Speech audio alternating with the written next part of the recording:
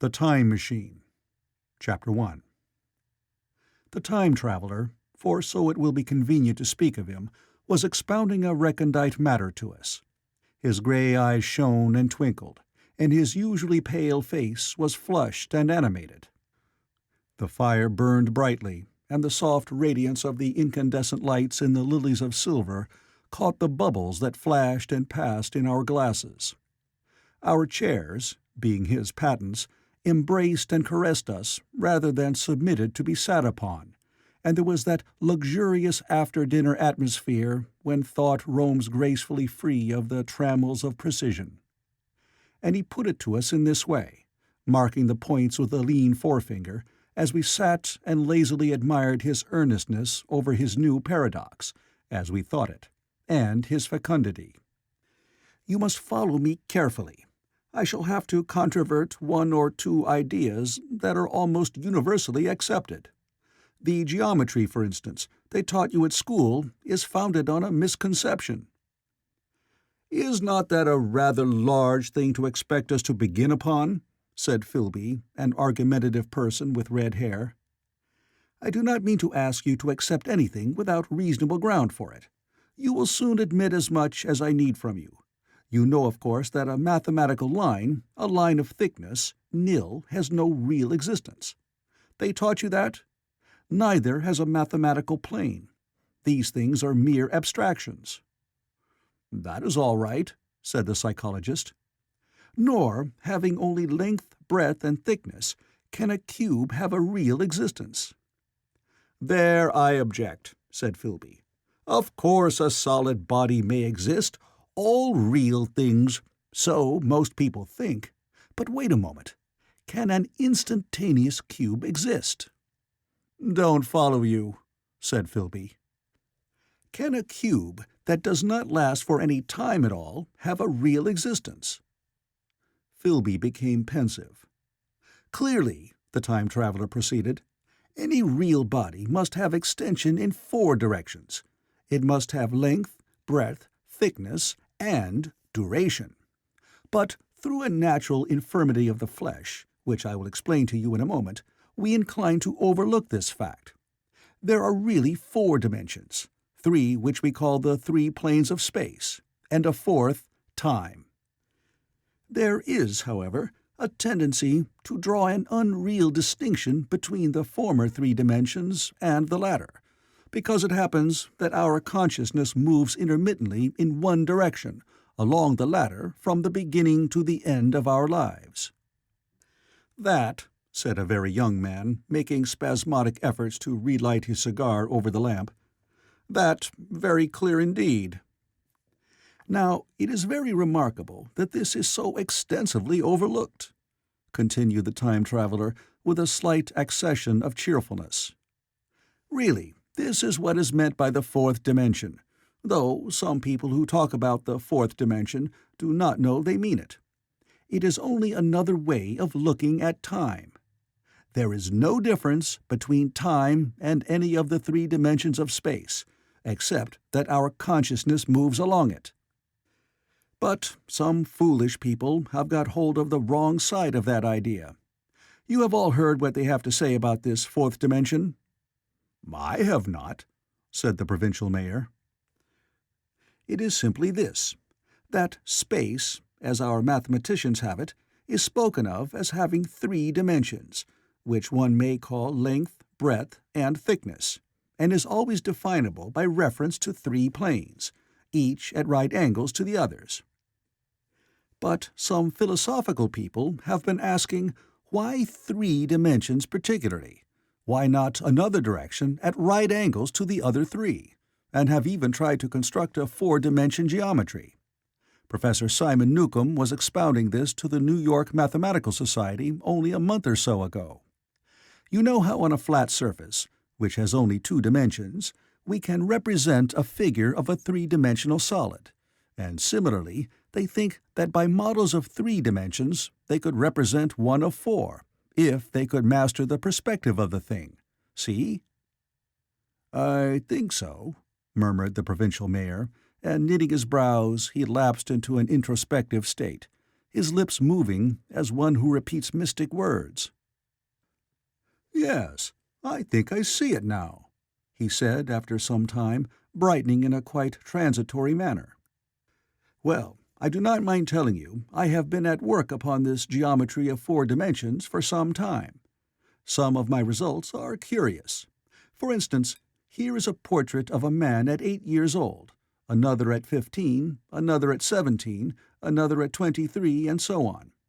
All these are evidently sections, as it were, 3-dimensional representations of his 4-dimensioned being, which is a fixed and unalterable thing.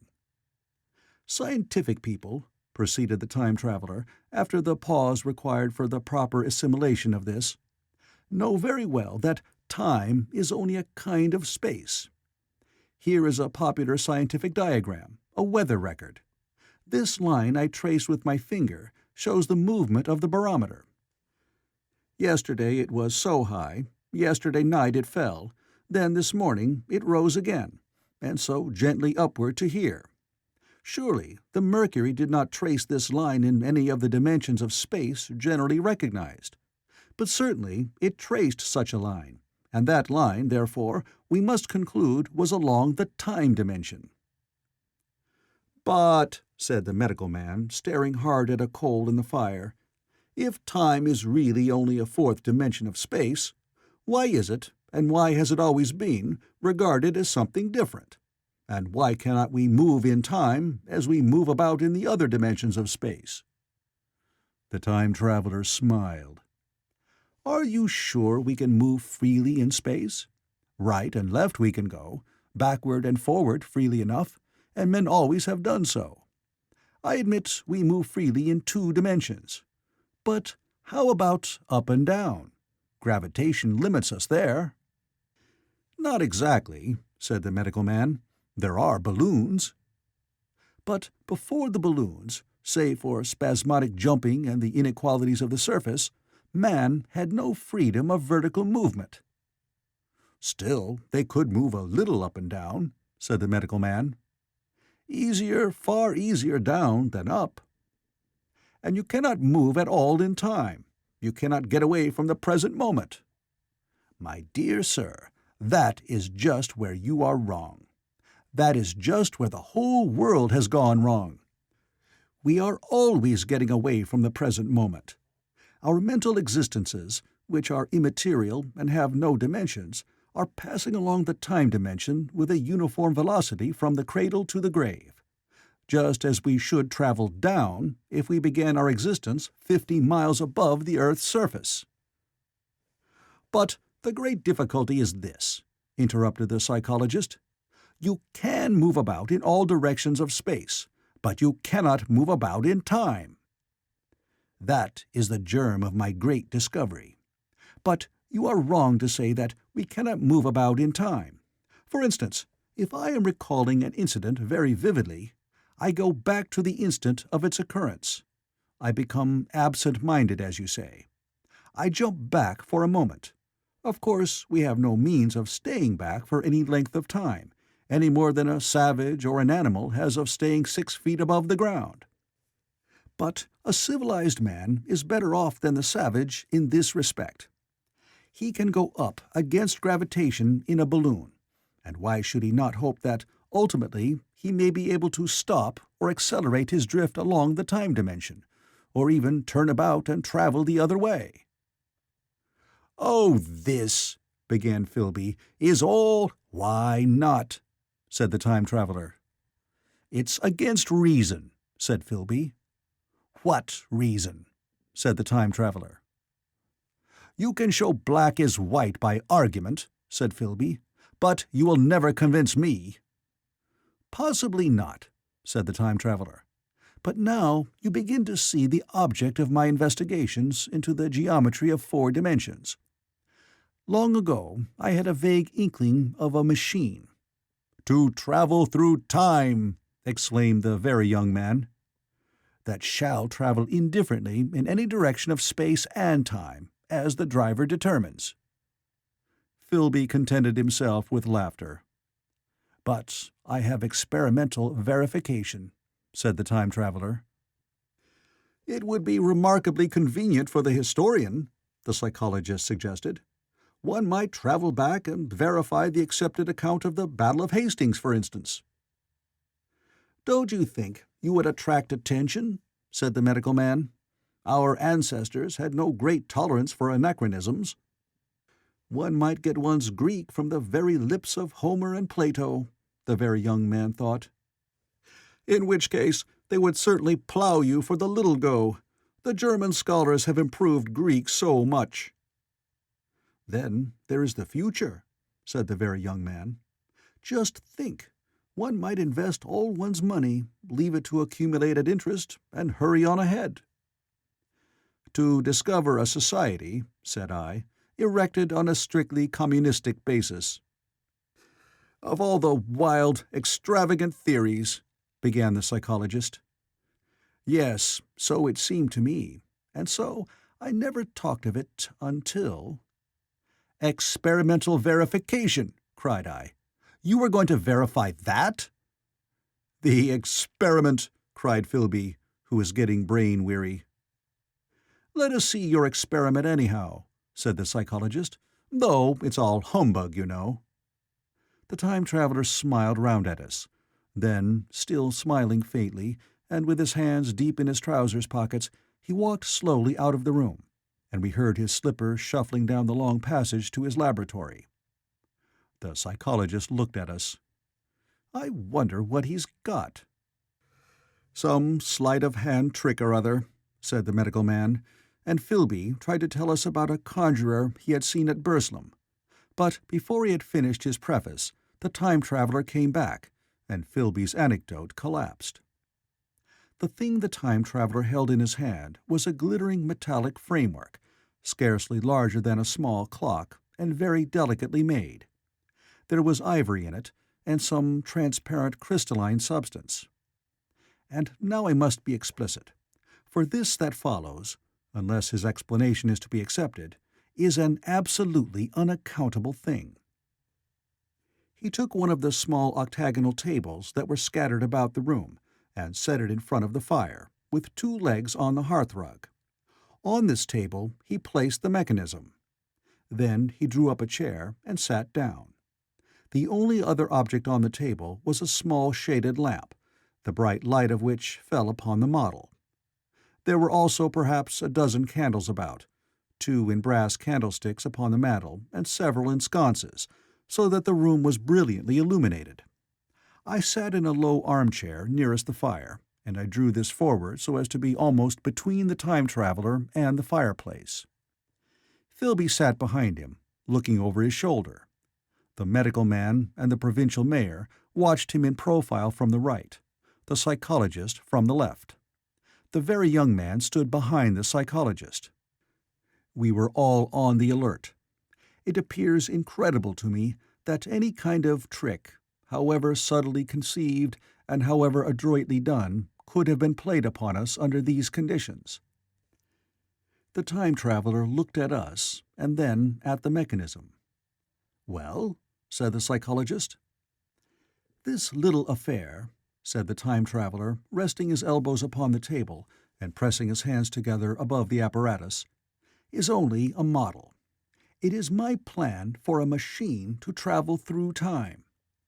You will notice that it looks singularly askew, and that there is an odd twinkling appearance about this bar, as though it was in some way unreal." He pointed to the part with his finger. "Also, here is one little white lever, and here is another." The medical man got up out of his chair and peered into the thing. "It's beautifully made," he said. "It took 2 years to make," retorted the time-traveler. Then, when we had all imitated the action of the medical man, he said, "Now, I want you clearly to understand that this lever, being pressed over, sends the machine gliding into the future, and this other reverses the motion. This saddle represents the seat of a time-traveler. Presently, I am going to press the lever, and off the machine will go. It will vanish, pass into future time, and disappear. Have a good look at the thing. Look at the table, too, and satisfy yourselves there is no trickery. I don't want to waste this model and then be told I'm a quack." There was a minute's pause, perhaps. The psychologist seemed about to speak to me, but changed his mind. Then the time traveler put forth his finger towards the lever. "No," he said suddenly. "Lend me your hand." And turning to the psychologist, he took that individual's hand in his own and told him to put out his forefinger. So that it was the psychologist himself who sent forth the model time machine on its interminable voyage. We all saw the lever turn. I am absolutely certain there was no trickery. There was a breath of wind, and the lamp flame jumped. One of the candles on the mantel was blown out, and the little machine suddenly swung round, became indistinct, was seen as a ghost for a second perhaps, as an eddy of faintly glittering brass and ivory, and it was gone, vanished. Save for the lamp, the table was bare. Everyone was silent for a minute. Then Philby said he was damned. The psychologist recovered from his stupor and suddenly looked under the table. At that, the time traveler laughed cheerfully. "Well?" he said, with a reminiscence of the psychologist. Then, getting up, he went to the tobacco jar on the mantel, and with his back to us, began to fill his pipe. We stared at each other. "Look here," said the medical man. "Are you in earnest about this? Do you seriously believe that that machine has traveled into time?" "Certainly," said the time traveler, stooping to light a spill at the fire. Then he turned, lighting his pipe, to look at the psychologist's face. The psychologist, to show that he was not unhinged, helped himself to a cigar and tried to light it uncut. "What is more, I have a big machine nearly finished in there." He indicated the laboratory. "And when that is put together, I mean to have a journey on my own account." "You mean to say that that machine has traveled into the future?" said Philby. "Into the future or the past. I don't for certain know which." After an interval, the psychologist had an inspiration. "It must have gone into the past, if it has gone anywhere," he said. "Why?" said the time traveler. "Because I presume that it has not moved in space, and if it traveled into the future, it would still be here all this time, since it must have traveled through this time." "But," I said, "if it traveled into the past, it would have been visible when we came first into this room, and last Thursday, when we were here, and the Thursday before that, and so forth." "Serious objections," remarked the provincial mayor, with an air of impartiality, turning towards the time traveler. "Not a bit," said the time traveler, and to the psychologist, "You think you can explain that. It's presentation below the threshold, you know, diluted presentation." "Of course," said the psychologist, and reassured us. "That's a simple point of psychology. I should have thought of it. It's plain enough and helps the paradox delightfully. We cannot see it, nor can we appreciate this machine any more than we can the spoke of a wheel spinning, or a bullet flying through the air. If it is traveling through time 50 times or 100 times faster than we are, if it gets through a minute while we get through a second, the impression it creates will, of course, be only 1/50th or 1/100th of what it would make if it were not traveling in time. That's plain enough." He passed his hand through the space in which the machine had been. "You see?" he said, laughing. We sat and stared at the vacant table for a minute or so. Then the time traveler asked us what we thought of it all. "It sounds plausible enough tonight," said the medical man. "But wait until tomorrow. Wait for the common sense of the morning." "Would you like to see the time machine itself?" asked the time traveler. And therewith, taking the lamp in his hand, he led the way down the long, draughty corridor to his laboratory. I remember vividly the flickering light, his queer, broad head in silhouette, the dance of the shadows, how we all followed him, puzzled but incredulous, and how, there in the laboratory, we beheld a larger edition of the little mechanism which we had seen vanish from before our eyes. Parts were of nickel, parts of ivory, parts had certainly been filed or sawn out of rock crystal. The thing was generally complete, but the twisted crystalline bars lay unfinished upon the bench beside some sheets of drawings, and I took one up for a better look at it. Quartz it seemed to be. "Look here," said the medical man. "Are you perfectly serious? Or is this a trick, like that ghost you showed us last Christmas?" "Upon that machine," said the Time Traveler, holding the lamp aloft, "I intend to explore time. Is that plain? I was never more serious in my life." None of us quite knew how to take it. I caught Philby's eye over the shoulder of the medical man, and he winked at me solemnly. End of Chapter 1. Chapter 2.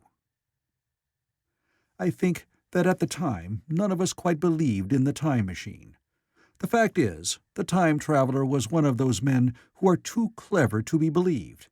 You never felt that you saw all round him.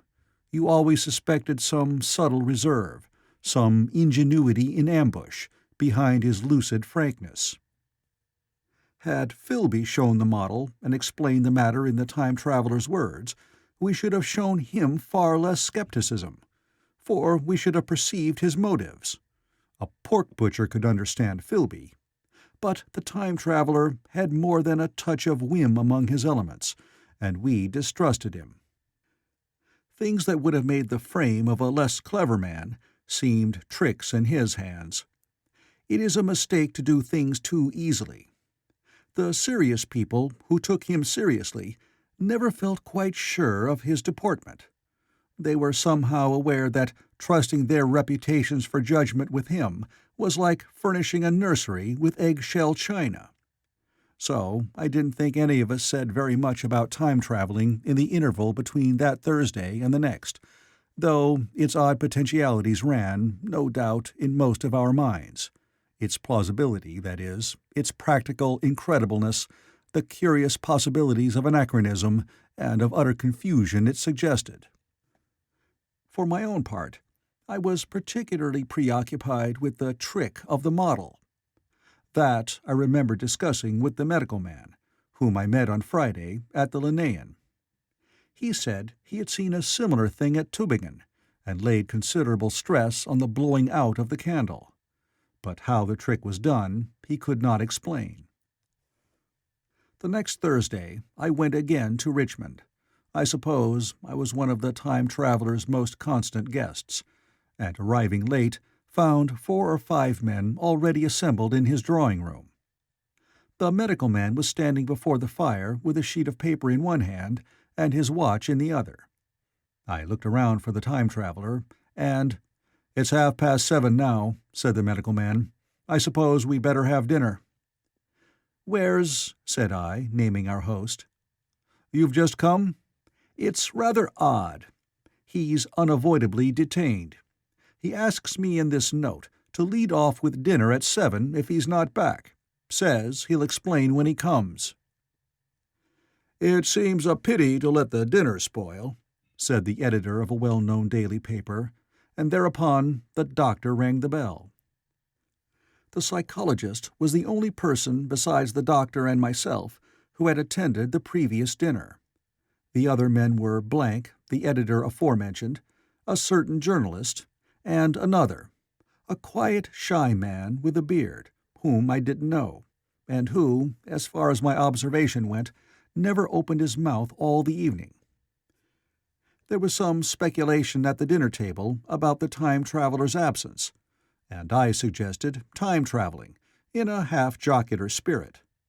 The editor wanted that explained to him, and the psychologist volunteered a wooden account of the ingenious paradox and trick we had witnessed that day week. He was in the midst of his exposition when the door from the corridor opened slowly and without noise. I was facing the door and saw it first. "Hello," I said. "At last!" And the door opened wider, and the Time Traveler stood before us. I gave a cry of surprise. "Good heavens, man, what's the matter?" cried the medical man, who saw him next, and the whole tableful turned towards the door. He was in an amazing plight. His coat was dusty and dirty, and smeared with green down the sleeves, his hair disordered, and, as it seemed to me, grayer, either with dust and dirt, or because its color had actually faded. His face was ghastly pale. His chin had a brown cut on it, a cut half healed. His expression was haggard and drawn, as by intense suffering. For a moment he hesitated in the doorway, as if he had been dazzled by the light. Then he came into the room. He walked with just such a limp as I have seen in foot-sore tramps. We stared at him in silence, expecting him to speak. He said not a word, but came painfully to the table, and made a motion towards the wine. The editor filled a glass of champagne and pushed it towards him. He drained it, and it seemed to do him good, for he looked round the table, and the ghost of his old smile flickered across his face. "What on earth have you been up to, man?" said the doctor. The time-traveler did not seem to hear. "Don't let me disturb you," he said, with a certain faltering articulation. "I'm all right." He stopped, held out his glass for more, and took it off at a draught. "That's good," he said. His eyes grew brighter, and a faint color came into his cheeks. His glance flickered over our faces with a certain dull approval, and then went round the warm and comfortable room. Then he spoke again, still as it were feeling his way among his words. "I'm going to wash and dress, and then I'll come down and explain things. Save me some of that mutton. I'm starving for a bit of meat." He looked across at the editor, who was a rare visitor, and hoped he was all right. The editor began a question. "Tell you presently," said the time-traveler. Funny, I'll be right in a minute." He put down his glass and walked towards the staircase door. Again I remarked his lameness, and the soft padding sound of his footfall, and standing up in my place, I saw his feet as he went out. He had nothing on them but a pair of tattered, blood-stained socks. Then the door closed upon him. I had half a mind to follow, till I remembered how he detested any fuss about himself. For a minute, perhaps, my mind was wool-gathering. Then, "Remarkable behavior of an eminent scientist," I heard the editor say, thinking, after his wont, in headlines. And this brought my attention back to the bright dinner table. "What's the game?" said the journalist. "Has he been doing the amateur cadger? I don't follow." I met the eye of the psychologist and read my own interpretation in his face. I thought of the time-traveler limping painfully upstairs. I don't think anyone else had noticed his lameness. The first to recover completely from this surprise was the medical man, who rang the bell. The time-traveler hated to have servants waiting at dinner, for a hot plate. At that, the editor turned to his knife and fork with a grunt, and the silent man followed suit. The dinner was resumed. Conversation was exclamatory for a little while, with gaps of wonderment. And then the editor got fervent in his curiosity. "Does our friend eke out his modest income with a crossing, or has he his Nebuchadnezzar phases?" he inquired. "I feel assured it's this business of the time machine," I said, and took up the psychologist's account of our previous meeting. The new guests were frankly incredulous. The editor raised objections. "What was this time-traveling? A man couldn't cover himself with dust by rolling in a paradox, could he?" And then, as the idea came home to him, he resorted to caricature. Hadn't he any clothes-brushes in the future? The journalist, too, would not believe at any price, and joined the editor in the easy work of heaping ridicule on the whole thing. They were both the new kind of journalist, very joyous, irreverent young men. "Our special correspondent in the Day After Tomorrow reports," the journalist was saying, or rather shouting, when the time-traveler came back. He was dressed in ordinary evening clothes, and nothing save his haggard look remained of the change that had startled me. "I say," said the editor hilariously, "these chaps here say you have been travelling into the middle of next week.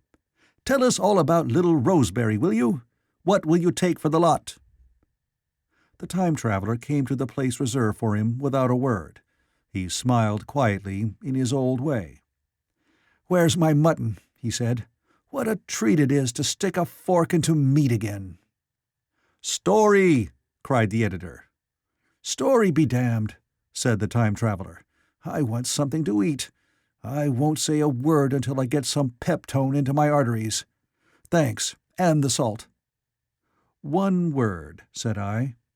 "Have you been time-traveling?" "Yes," said the time traveler, with his mouth full, nodding his head. "I'd give a shilling a line for a verbatim note," said the editor.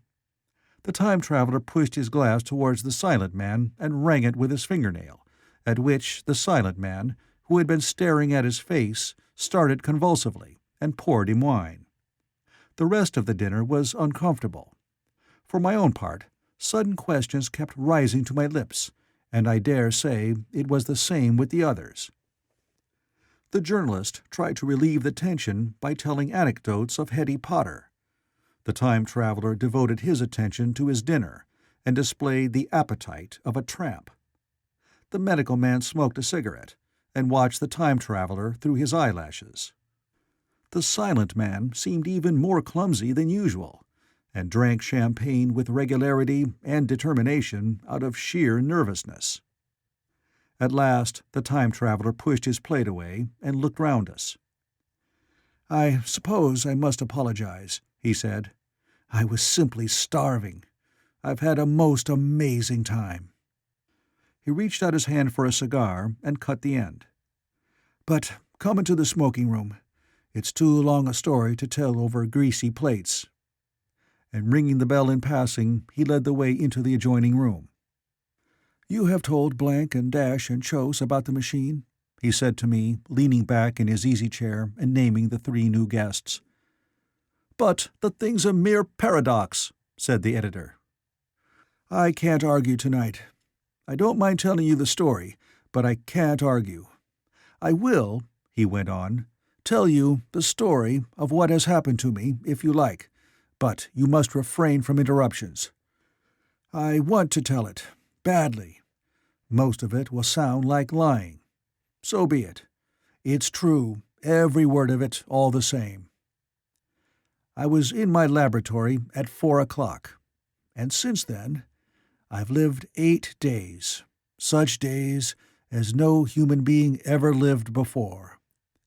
I'm nearly worn out, but I shan't sleep till I've told this thing over to you. Then I shall go to bed. But no interruptions. Is it agreed?" "Agreed," said the editor, and the rest of us echoed, "Agreed." And with that, the time traveler began his story as I've set it forth. He sat back in his chair at first, and spoke like a weary man. Afterwards, he got more animated. In writing it down, I feel with only too much keenness the inadequacy of pen and ink, and above all, my own inadequacy, to express its quality.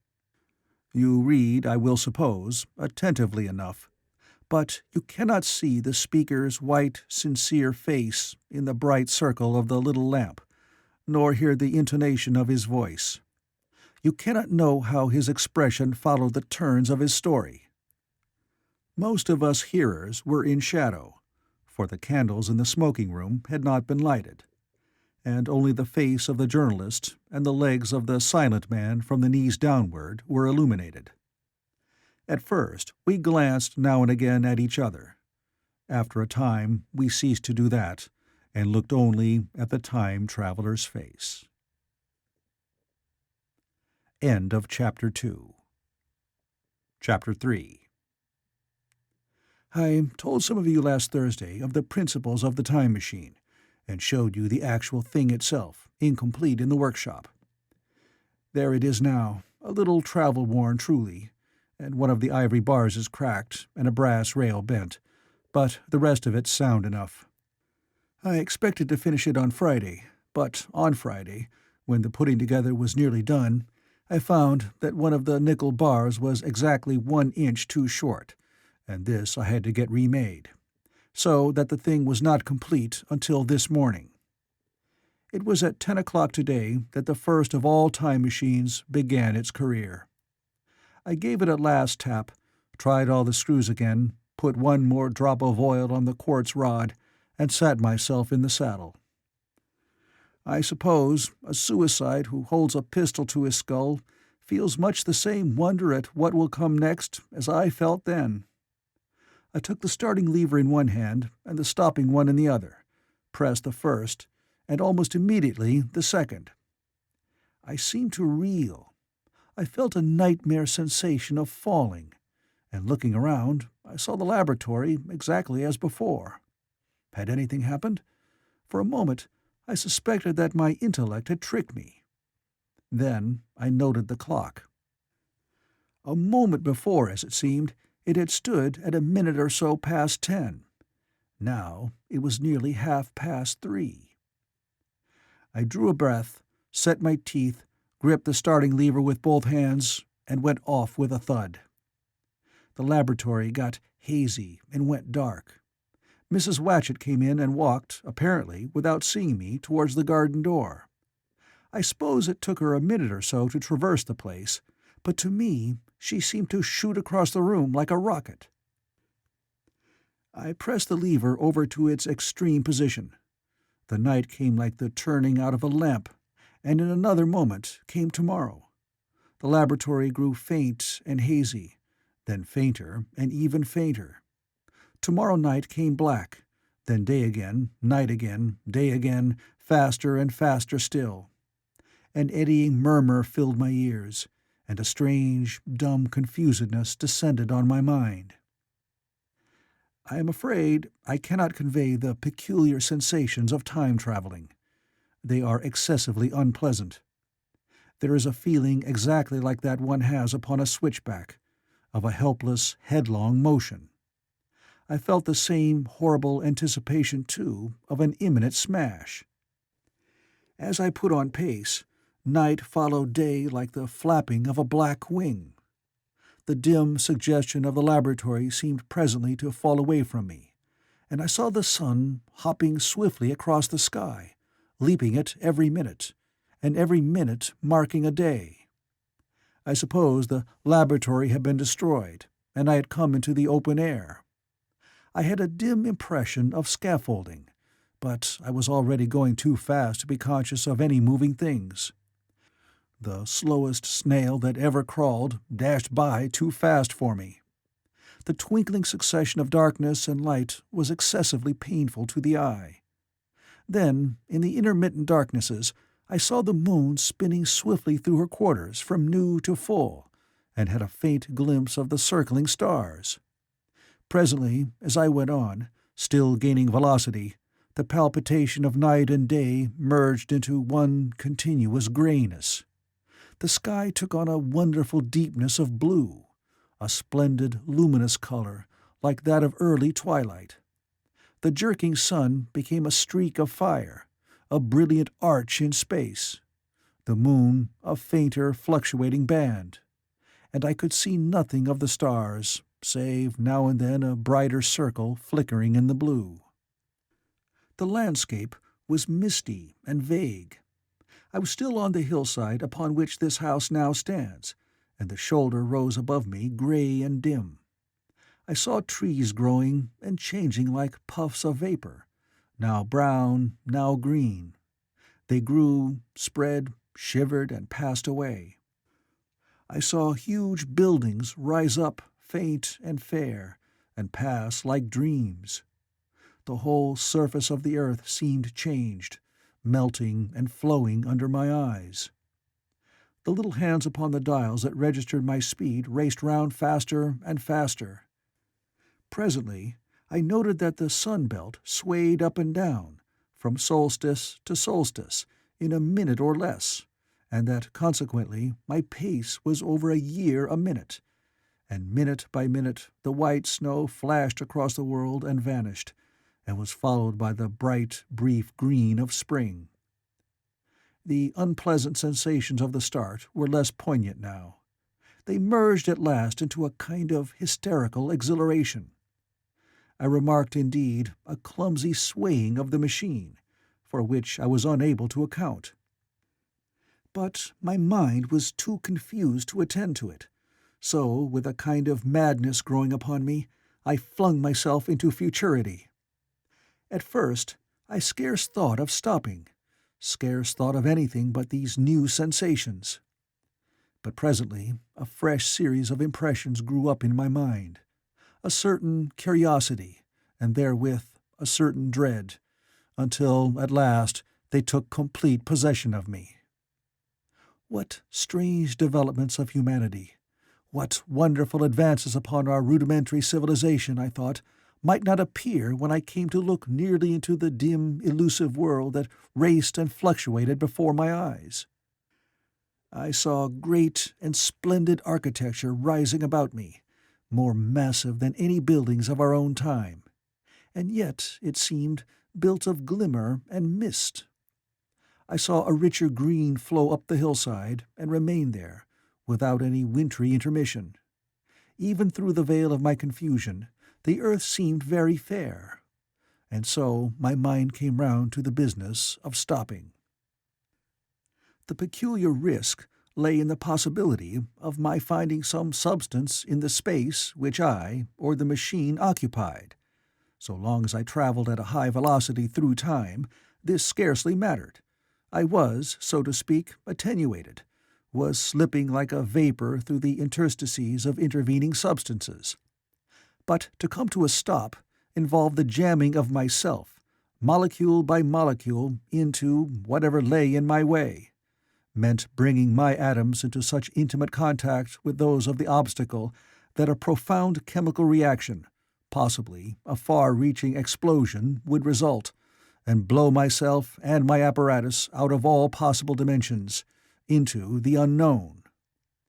This possibility had occurred to me again and again while I was making the machine, but then I had cheerfully accepted it as an unavoidable risk, one of the risks a man has got to take.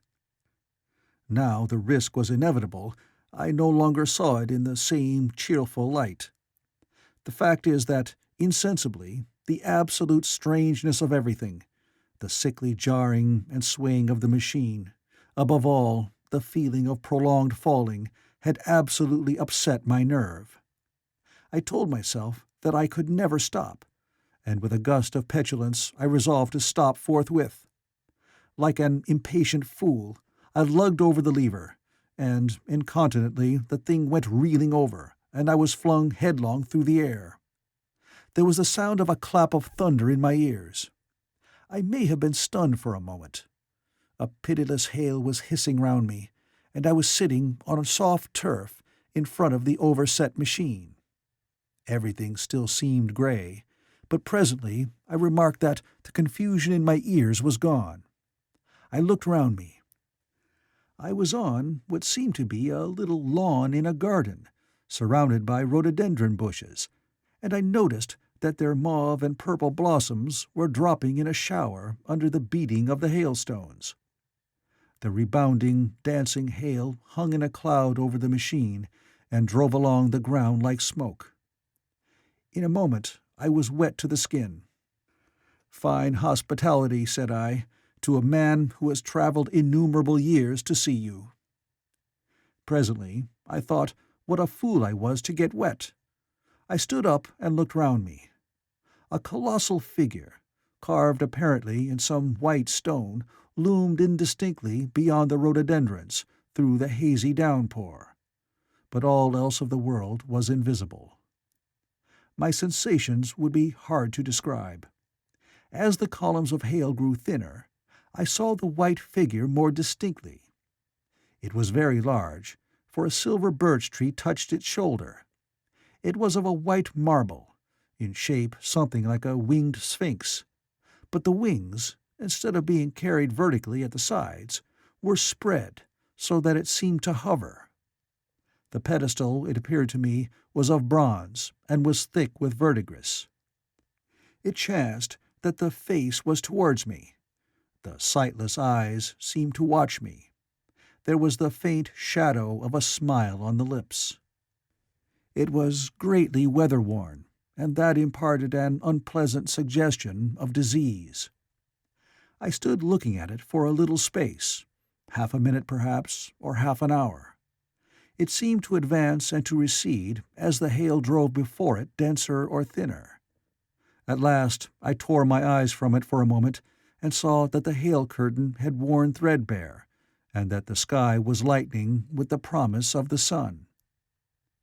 I looked up again at the crouching white shape, and the full temerity of my voyage came suddenly upon me.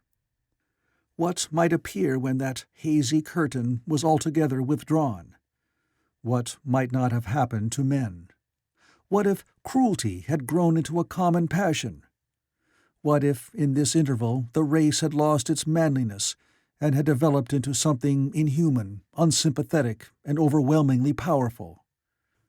I might seem some old-world, savage animal, only the more dreadful and disgusting for our common likeness, a foul creature to be incontinently slain. Already I saw other vast shapes, huge buildings with intricate parapets and tall columns, with a wooded hillside dimly creeping in upon me through the lessening storm. I was seized with a panic fear. I turned frantically to the time machine and strove hard to readjust it. As I did so, the shafts of the sun smote through the thunderstorm. The grey downpour was swept aside and vanished like the trailing garments of a ghost. Above me, in the intense blue of the summer sky, some faint brown shreds of cloud whirled into nothingness. The great buildings about me stood out clear and distinct, shining with the wet of the thunderstorm, and picked out in white by the unmelted hailstones piled along their courses. I felt naked in a strange world. I felt as perhaps a bird may feel in the clear air, knowing the hawk wings above and will swoop. My fear grew to frenzy. I took a breathing space, set my teeth, and again grappling fiercely, wrist and knee, with the machine. It gave under my desperate onset and turned over. It struck my chin violently. One hand on the saddle, the other on the lever, I stood panting heavily in attitude to mount again. But with this recovery of a prompt retreat, my courage recovered. I looked more curiously and less fearfully at this world of the remote future. In a circular opening, high up in the wall of the nearer house, I saw a group of figures clad in rich soft robes. They had seen me, and their faces were directed towards me. Then I heard voices approaching me. Coming through the bushes by the white sphinx were the heads and shoulders of men running. One of these emerged in a pathway leading straight to the little lawn upon which I stood with my machine. He was a slight creature, perhaps 4 feet high, clad in a purple tunic, girdled at the waist with a leather belt. Sandals, or buskins, I could not clearly distinguish which, were on his feet. His legs were bare to the knees, and his head was bare. Noticing that, I noticed for the first time how warm the air was. He struck me as being a very beautiful and graceful creature, but indescribably frail. His flushed face reminded me of the more beautiful kind of consumptive, that hectic beauty of which we used to hear so much. At the sight of him, I suddenly regained confidence. I took my hands from the machine. End of Chapter 3. Chapter 4. In another moment we were standing face to face, I and this fragile thing out of futurity. He came straight up to me and laughed into my eyes. The absence from his bearing of any sign of fear struck me at once. Then he turned to the 2 others who were following him and spoke to them in a strange and very sweet and liquid tongue. There were others coming, and presently a little group of perhaps 8 or 10 of these exquisite creatures were about me. One of them addressed me. It came into my head, oddly enough, that my voice was too harsh and deep for them. So I shook my head, and pointing to my ears, shook it again. He came a step forward, hesitated, and then touched my hand. Then I felt other soft little tentacles upon my back and shoulders. They wanted to make sure I was real. There was nothing in this at all alarming. Indeed, there was something in these pretty little people that inspired confidence, a graceful gentleness, a certain childlike ease. And besides, they looked so frail that I could fancy myself flinging the whole dozen of them about like ninepins. But I made a sudden motion to warn them when I saw their little pink hands feeling the time machine. Happily then, when it was not too late, I thought of a danger I had hitherto forgotten, and reaching over the bars of the machine, I unscrewed the little levers that would set it in motion, and put these in my pocket. Then I turned again to see what I could do in the way of communication. And then, looking more nearly into their features, I saw some further peculiarities in their Dresden china type of prettiness. Their hair, which was uniformly curly, came to a sharp end at the neck and cheek.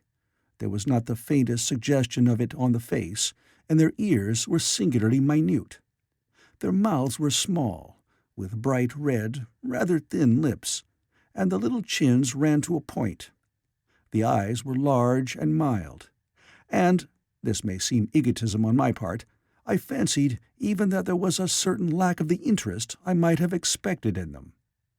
As they made no effort to communicate with me, but simply stood round me smiling and speaking in soft cooing notes to each other, I began the conversation. I pointed to the time machine and to myself. Then, hesitating for a moment how to express time, I pointed to the sun. At once a quaintly pretty little figure in checkered purple and white followed my gesture, and then astonished me by imitating the sound of thunder. For a moment I staggered, though the import of his gesture was plain enough. The question had come into my mind abruptly. Were these creatures fools? You may hardly understand how it took me. You see, I had always anticipated that the people of the year 802,000 odd would be incredibly in front of us in knowledge, art, everything. Then one of them suddenly asked me a question that showed him to be on the intellectual level of one of our 5-year-old children. Asked me, in fact, if I had come from the sun in a thunderstorm. It let loose the judgment I had suspended upon their clothes, their frail light limbs and fragile features. A flow of disappointment rushed across my mind. For a moment I felt that I had built the time machine in vain. I nodded, pointed to the sun, and gave them such a vivid rendering of a thunderclap as startled them. They all withdrew a pace or so and bowed. Then came one laughing towards me, carrying a chain of beautiful flowers altogether new to me, and put it about my neck. The idea was received with melodious applause, and presently they were all running to and fro for flowers, and laughingly flinging them upon me, until I was almost smothered with blossom. You who have never seen the like can scarcely imagine what delicate and wonderful flowers countless years of culture had created. Then someone suggested that their plaything should be exhibited in the nearest building, and so I was led past the Sphinx of white marble, which had seemed to watch me all the while with a smile at my astonishment, towards a vast grey edifice of fretted stone. As I went with them, the memory of my confident anticipations of a profoundly grave and intellectual posterity came with irresistible merriment to my mind. The building had a huge entry, and was altogether of colossal dimensions. I was naturally most occupied with the growing crowd of little people, and with the big open portals that yawned before me, shadowy and mysterious. My general impression of the world I saw over their heads was a tangled waste of beautiful bushes and flowers, a long-neglected and yet weedless garden. I saw a number of tall spikes of strange white flowers, measuring a foot perhaps across the spread of the waxen petals. They grew scattered, as if wild, among the variegated shrubs, but, as I say, I did not examine them closely at this time. The time machine was left deserted on the turf among the rhododendrons. The arch of the doorway was richly carved, but naturally I did not observe the carving very narrowly, though I fancied I saw suggestions of old Phoenician decorations as I passed through, and it struck me that they were very badly broken and weather-worn. Several more brightly clad people met me in the doorway, and so we entered, I, dressed in dingy 19th-century garments, looking grotesque enough, garlanded with flowers and surrounded by an eddying mass of bright, soft-colored robes and shining white limbs, in a melodious whirl of laughter and laughing speech. The big doorway opened into a proportionately great hall hung with brown. The roof was in shadow, and the windows, partially glazed with colored glass and partially unglazed, admitted a tempered light.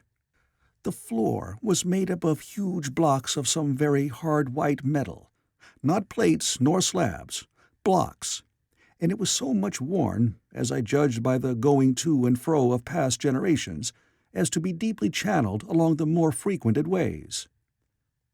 Transverse to the length were innumerable tables made of slabs of polished stone, raised perhaps a foot from the floor, and upon these were heaps of fruits. Some I recognized as a kind of hypertrophied raspberry and orange, but for the most part they were strange. Between the tables was scattered a great number of cushions. Upon these my conductors seated themselves, signing for me to do likewise. With a pretty absence of ceremony, they began to eat the fruit with their hands, flinging peel and stalks, and so forth, into the round openings in the sides of the tables. I was not loath to follow their example, for I felt thirsty and hungry. As I did so, I surveyed the hall at my leisure. And perhaps the thing that struck me most was its dilapidated look. The stained glass windows, which displayed only a geometrical pattern, were broken in many places, and the curtains that hung across the lower end were thick with dust. And it caught my eye that the corner of the marble table near me was fractured. Nevertheless, the general effect was extremely rich and picturesque. There were perhaps a couple of hundred people dining in the hall, and most of them, seated as near to me as they could come, were watching me with interest, their little eyes shining over the fruit they were eating. All were clad in the same soft and yet strong silky material. Fruit, by the by, was all their diet. These people of the remote future were strict vegetarians, and while I was with them, in spite of some carnal cravings, I had to be frugivorous also. Indeed, I found afterwards that horses, cattle, sheep, dogs had followed the ichthyosaurus into extinction. But the fruits were very delightful. One in particular had seemed to be in season all the time I was there. A flowery thing in a three-sided husk was especially good, and I made it my staple. At first I was puzzled by all these strange fruits, and by the strange flowers I saw, but later I began to perceive their import. However, I am telling you of my fruit dinner in the distant future now. So soon as my appetite was a little checked, I determined to make a resolute attempt to learn the speech of these new men of mine. Clearly, that was the next thing to do. The fruits seemed a convenient thing to begin upon, and holding one of these up, I began a series of interrogative sounds and gestures. I had some considerable difficulty in conveying my meaning. At first, my efforts met with a stare of surprise or inextinguishable laughter, but presently a fair-haired little creature seemed to grasp my intention and repeated a name. They had to chatter and explain the business at great length to each other, and my first attempts to make the exquisite little sounds of their language caused an immense amount of amusement.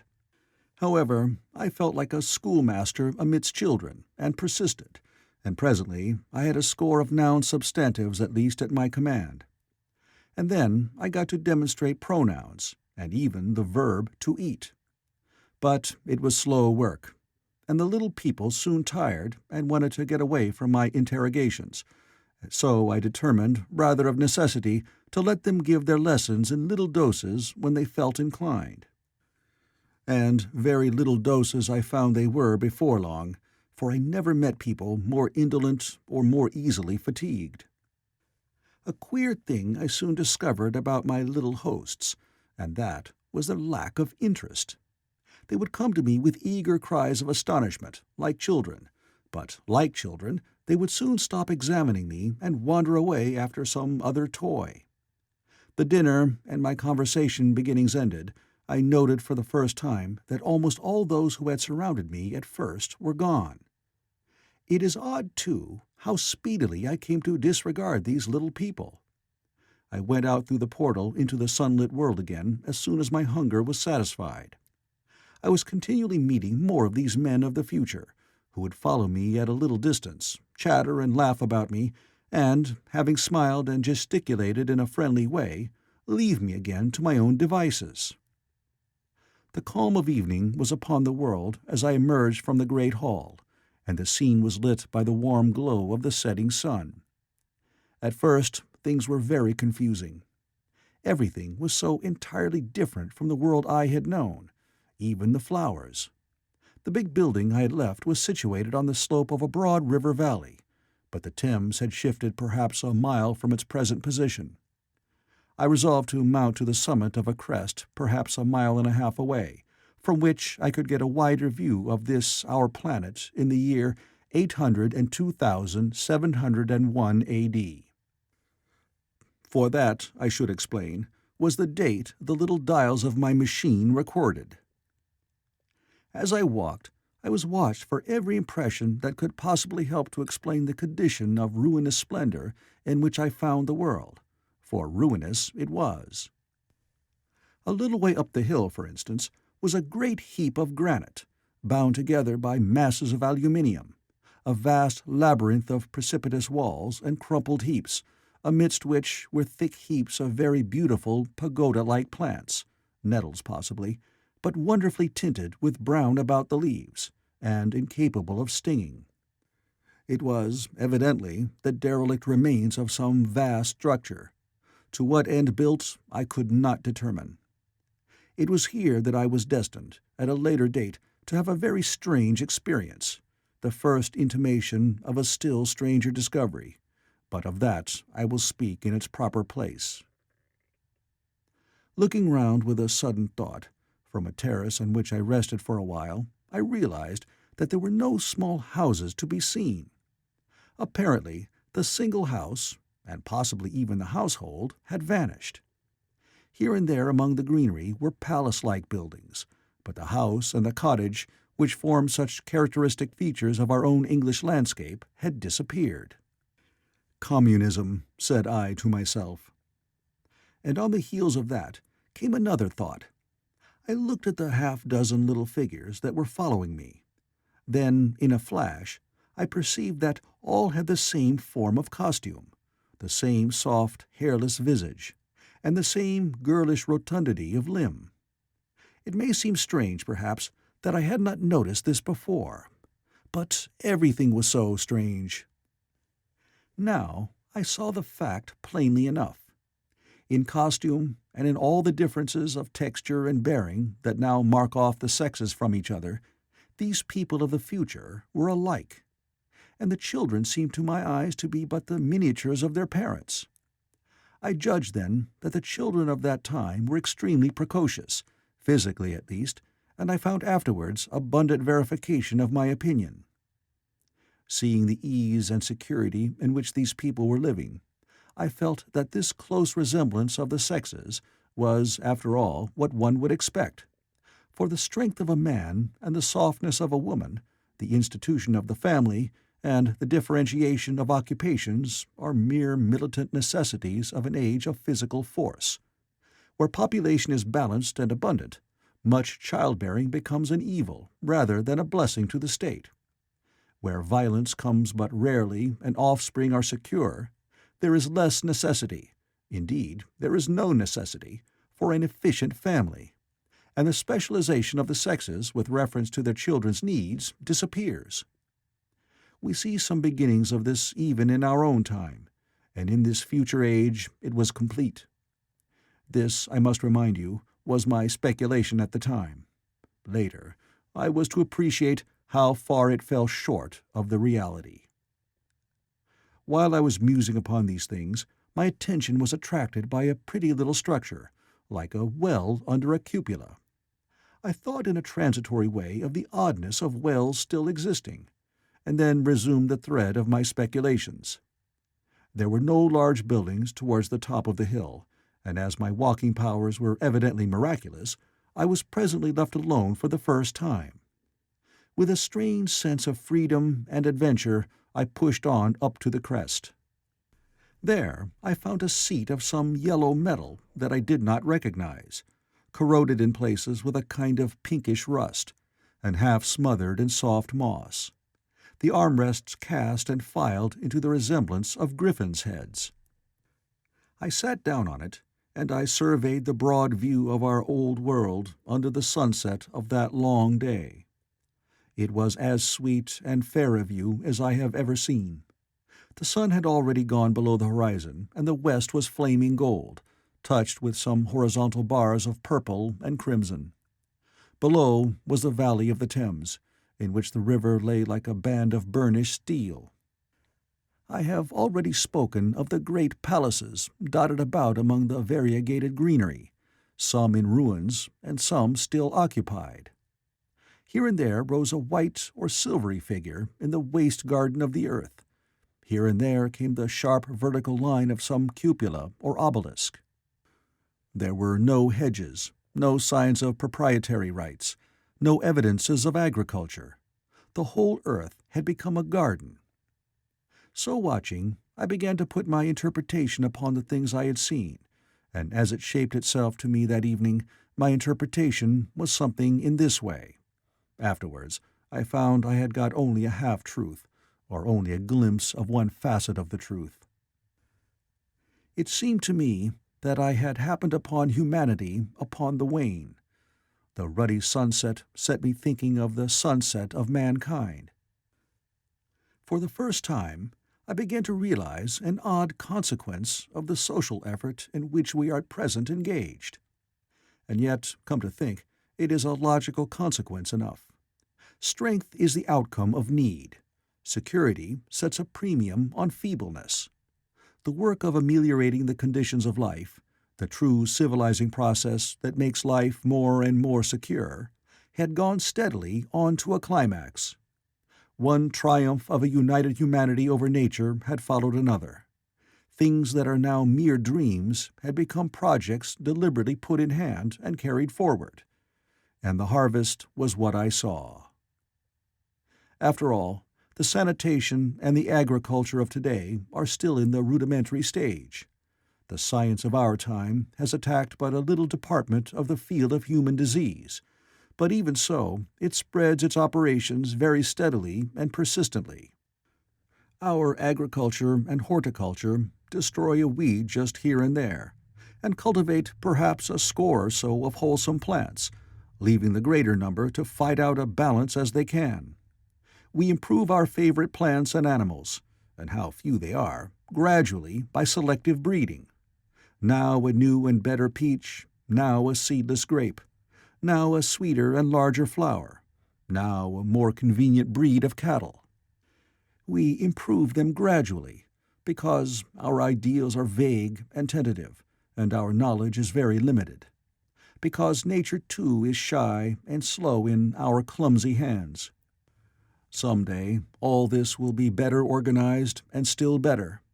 That is the drift of the current in spite of the eddies. The whole world will be intelligent, educated, and cooperating. Things will move faster and faster towards the subjugation of nature.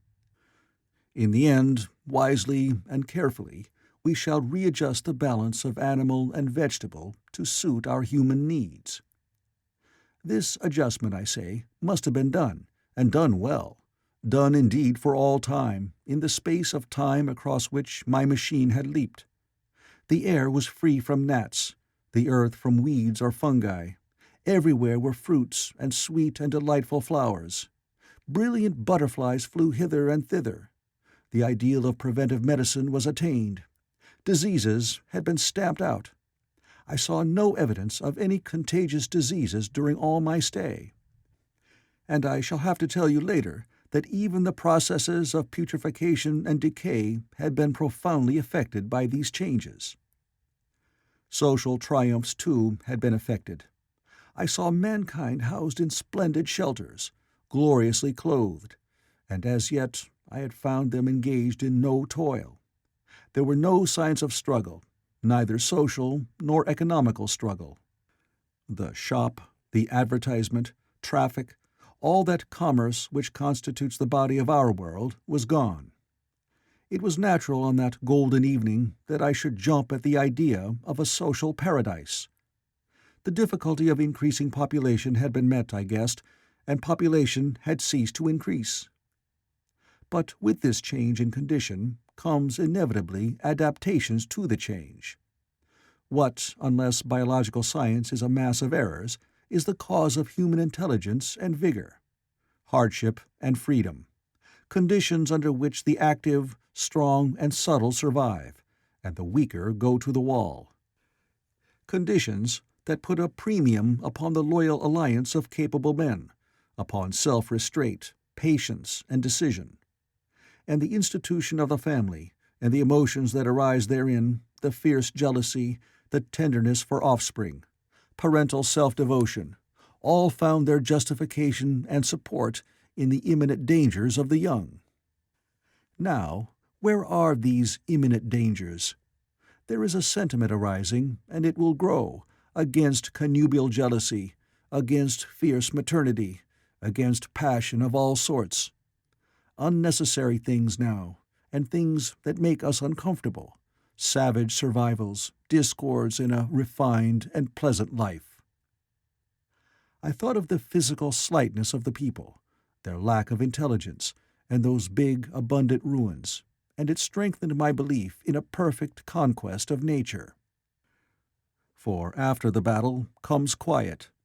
Humanity had been strong, energetic, and intelligent, and had used all its abundant vitality to alter the conditions under which it lived. And now came the reaction of the altered conditions. Under the new conditions of perfect comfort and security, that restless energy, that with us is strength, would become weakness. Even in our own time, certain tendencies and desires, once necessary to survival, are a constant source of failure. Physical courage and the love of battle, for instance, are no great help, may even be hindrances, to a civilized man. And in a state of physical balance and security, power, intellectual as well as physical, would be out of place. For countless years I judged there had been no danger of war or solitary violence, no danger from wild beasts, no wasting disease to require strength of constitution, no need of toil. For such a life, what we should call the weak are as well equipped as the strong, are indeed no longer weak. Better equipped indeed they are, for the strong would be fretted by an energy for which there was no outlet. No doubt the exquisite beauty of the buildings I saw was the outcome of the last surgings of the now purposeless energy of mankind, before it settled down into perfect harmony with the conditions under which it lived, the flourish of that triumph which began the last great peace. This has ever been the fate of energy in security. It takes to art and to eroticism, and then come languor and decay. Even this artistic impetus would at last die away, had almost died in the time I saw. To adorn themselves with flowers, to dance, to sing in the sunlight, so much was left of the artistic spirit, and no more. Even that would fade in the end into a contented inactivity. We are kept keen on the grindstone of pain and necessity, and it seemed to me that here was that hateful grindstone broken at last.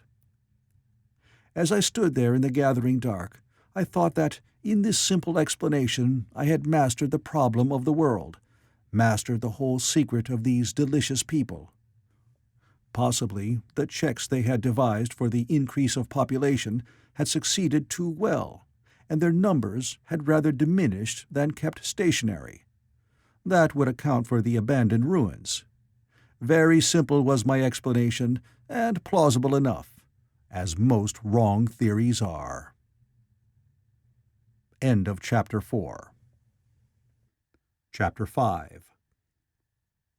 As I stood there musing over this too perfect triumph of man, the full moon, yellow and gibbous, came up out of an overflow of silver light in the northeast. The bright little figures ceased to move about below, a noiseless owl flitted by, and I shivered with the chill of the night. I determined to descend and find where I could sleep. I looked for the building I knew. Then my eye traveled along to the figure of the white sphinx upon the pedestal of bronze, growing distinct as the light of the rising moon grew brighter. I could see the silver birch against it. There was the tangle of rhododendron bushes, black in the pale light, and there was the little lawn. I looked at the lawn again. A queer doubt chilled my complacency. No, said I stoutly to myself, that was not the lawn. But it was the lawn, for the white leprous face of the Sphinx was towards it. Can you imagine what I felt as this conviction came home to me? But you cannot. The time machine was gone. At once, like a lash across the face, came the possibility of losing my own age, of being left helpless in this strange new world. The bare thought of it was an actual physical sensation. I could feel it grip me at the throat and stop my breathing. In another moment, I was in a passion of fear and running with great leaping strides down the slope. Once I fell headlong and cut my face. I lost no time in stanching the blood, but jumped up and ran on, with a warm trickle down my cheek and chin. All the time I ran, I was saying to myself, "They have moved it a little, pushed it under the bushes, out of the way." Nevertheless, I ran with all my might. All the time, with the certainty that sometimes comes with excessive dread, I knew that such assurance was folly, knew instinctively that the machine was removed out of my reach. My breath came with pain. I suppose I covered the whole distance from the hill crest to the little lawn, 2 miles perhaps, in 10 minutes. And I am not a young man. I cursed aloud as I ran, at my confident folly in leaving the machine, wasting good breath thereby. I cried aloud, and none answered. Not a creature seemed to be stirring in the moonlit world. When I reached the lawn, my worst fears were realized. Not a trace of the thing was to be seen. I felt faint and cold when I faced the empty space among the black tangle of bushes. I ran round it furiously, as if the thing might be hidden in a corner, and then stopped abruptly, with my hands clutching my hair. Above me towered the Sphinx, upon the bronze pedestal, white, shining, leprous in the light of the rising moon. It seemed to smile in mockery of my dismay. I might have consoled myself by imagining the little people had put the mechanism in some shelter for me, had I not felt assured of their physical and intellectual inadequacy. That is what dismayed me, the sense of some hitherto unsuspected power, through whose intervention my invention had vanished. Yet, for one thing, I felt assured. Unless some other age had produced its exact duplicate, the machine could not have moved in time. The attachment of the levers, I will show you the method later, prevented anyone from tampering with it in that way when they were removed. It had moved and was hid only in space. But then, where could it be? I think I must have had a kind of frenzy. I remember running violently in and out among the moonlit bushes all round the Sphinx, and startling some white animal that in the dim light I took for a small deer. I remember, too, late that night, beating the bushes with my clenched fist until my knuckles were gashed and bleeding from the broken twigs. Then, sobbing and raving in my anguish of mind, I went down to the great building of stone. The big hall was dark, silent, and deserted. I slipped on the uneven floor and fell over one of the malachite tables, almost breaking my shin. I lit a match and went on past the dusty curtains of which I have told you. Then I found a second great hall, covered with cushions, upon which, perhaps, a score or so of the little people were sleeping. I have no doubt they found my second appearance strange enough, coming suddenly out of the quiet darkness with inarticulate noises, and the splutter and flare of a match. For they had forgotten about matches. "Where is my time machine?" I began, bawling like an angry child, laying hands upon them and shaking them up together. I must have been very queer to them. Some laughed.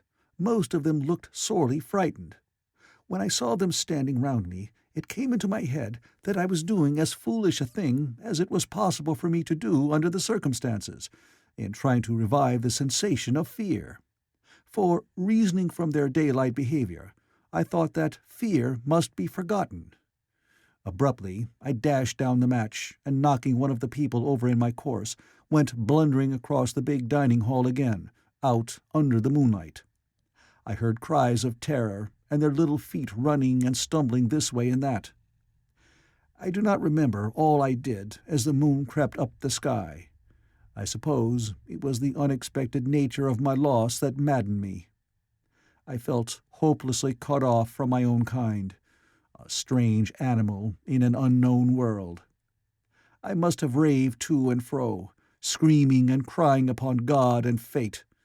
I have a memory of horrible fatigue as the long night of despair wore away, of looking in this impossible place and that, of groping among moonlit ruins and touching strange creatures in the black shadows, at last of lying on the ground near the Sphinx and weeping with absolute wretchedness. I had nothing left but misery. Then I slept, and when I woke again it was full day, and a couple of sparrows were hopping round me on the turf within reach of my arm. I sat up in the freshness of the morning, trying to remember how I had got there, and why I had such a profound sense of desertion and despair. Then things came clear in my mind. With the plain, reasonable daylight, I could look my circumstances fairly in the face. I saw the wild folly of my frenzy overnight, and I could reason with myself. Suppose the worst, I said. Suppose the machine altogether lost, perhaps destroyed. It behooves me to be calm and patient, to learn the way of the people, to get a clear idea of the method of my loss, and the means of getting materials and tools, so that in the end, perhaps, I may make another. That would be my only hope, perhaps, but better than despair. And, after all, it was a beautiful and curious world. But probably the machine had only been taken away. Still, I must be calm and patient, find its hiding place, and recover it by force or cunning. And with that, I scrambled to my feet and looked about me, wondering where I could bathe. I felt weary, stiff, and travel-soiled. The freshness of the morning made me desire an equal freshness. I had exhausted my emotion. Indeed, as I went about my business, I found myself wondering at my intense excitement overnight. I made a careful examination of the ground about the little lawn. I wasted some time in futile questionings, conveyed, as well as I was able, to such of the little people as came by. They all failed to understand my gestures. Some were simply stolid. Some thought it was a jest and laughed at me. I had the hardest task in the world to keep my hands off their pretty, laughing faces. It was a foolish impulse, but the devil begotten of fear and blind anger was ill-curbed and still eager to take advantage of my perplexity. The turf gave better counsel. I found a groove ripped in it, about midway between the pedestal of the Sphinx and the marks of my feet, where, on arrival, I had struggled with the overturned machine. There were other signs of removal about, with queer, narrow footprints, like those I could imagine made by a sloth. This directed my closer attention to the pedestal. It was, as I think I have said, of bronze. It was not a mere block, but highly decorated with deep-framed panels on either side. I went and rapped at these. The pedestal was hollow. Examining the panels with care, I found them discontinuous with the frames. There were no handles or keyholes, but possibly the panels, if they were doors, as I supposed, opened from within. One thing was clear enough to my mind. It took no very great mental effort to infer that my time machine was inside that pedestal. But how it got there was a different problem. I saw the heads of two orange-clad people coming through the bushes and under some blossom-covered apple trees towards me. I turned smiling to them and beckoned them to me. They came, and then, pointing to the bronze pedestal, I tried to intimate my wish to open it. But at my first gesture towards this, they behaved very oddly. I don't know how to convey their expression to you. Suppose you were to use a grossly improper gesture to a delicate-minded woman. It is how she would look. They went off as if they had received the last possible insult. I tried a sweet-looking little chap in white next, with exactly the same result. Somehow his manner made me feel ashamed of myself. But, as you know, I wanted the time machine, and I tried him once more. As he turned off, like the others, my temper got the better of me. In 3 strides I was after him, had him by the loose part of his robe round the neck, and began dragging him towards the Sphinx. Then I saw the horror and repugnance of his face, and all of a sudden I let him go. But I was not beaten yet. I banged with my fist at the bronze panels. I thought I heard something stir inside. To be explicit, I thought I heard a sound like a chuckle, but I must have been mistaken. Then I got a big pebble from the river, and came and hammered till I had flattened a coil in the decorations, and the verdigris came off in powdery flakes. The delicate little people must have heard me hammering in gusty outbreaks a mile away on either hand, but nothing came of it. I saw a crowd of them upon the slopes, looking furtively at me. At last, hot and tired, I sat down to watch the place. But I was too restless to watch long. I am too occidental for a long vigil. I could work at a problem for years, but to wait inactive for 24 hours, that is another matter. I got up after a time and began walking aimlessly through the bushes towards the hill again. "Patience," said I to myself. "If you want your machine again, you must leave that Sphinx alone. If they mean to take your machine away, it's little good your wrecking their bronze panels, and if they don't, you will get it back as soon as you can ask for it. To sit among all those unknown things before a puzzle like that is hopeless. That way lies monomania. Face this world, learn its ways, watch it, be careful of too hasty guesses at its meaning. In the end, you will find clues to it all." Then, suddenly, the humor of the situation came into my mind. The thought of the years I had spent in study and toil to get into the future age, and now my passion of anxiety to get out of it. I had made myself the most complicated and the most hopeless trap that ever a man devised. Although it was at my own expense, I could not help myself. I laughed aloud. Going through the big palace, it seemed to me that the little people avoided me. It may have been my fancy, or it may have had something to do with my hammering at the gates of bronze. Yet I felt tolerably sure of the avoidance. I was careful, however, to show no concern, and to abstain from any pursuit of them, and in the course of a day or two things got back to the old footing. I made what progress I could in the language, and in addition I pushed my explorations here and there. Either I missed some subtle point, or their language was excessively simple, almost exclusively composed of concrete substantives and verbs. There seemed to be few, if any, abstract terms, or little use of figurative language. Their sentences were usually simple and of 2 words, and I failed to convey or understand any but the simplest propositions. I determined to put the thought of my time machine and the mystery of the bronze doors under the Sphinx as much as possible in a corner of memory, until my growing knowledge would lead me back to them in a natural way. Yet a certain feeling, you may understand, tethered me in a circle of a few miles round the point of my arrival. So far as I could see, all the world displayed the same exuberant richness as the Thames Valley.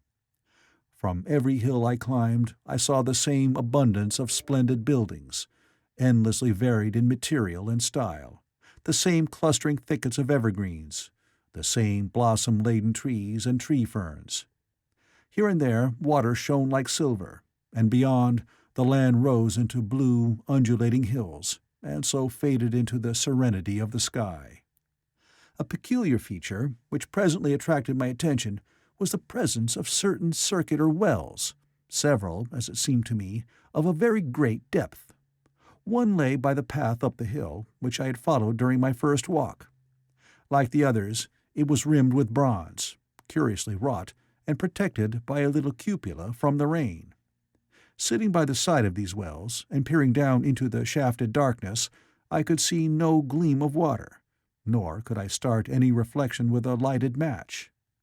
But in all of them I heard a certain sound, a thud-thud-thud, like the beating of some big engine. And I discovered, from the flaring of the matches, that a steady current of air set down the shafts. Further, I threw a scrap of paper into the throat of one, and instead of fluttering slowly down, it was at once sucked swiftly out of sight.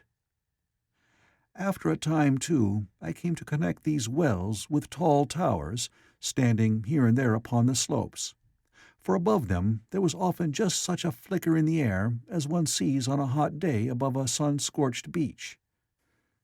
Putting things together, I reached a strong suggestion of an extensive system of subterranean ventilation, whose true import it was difficult to imagine.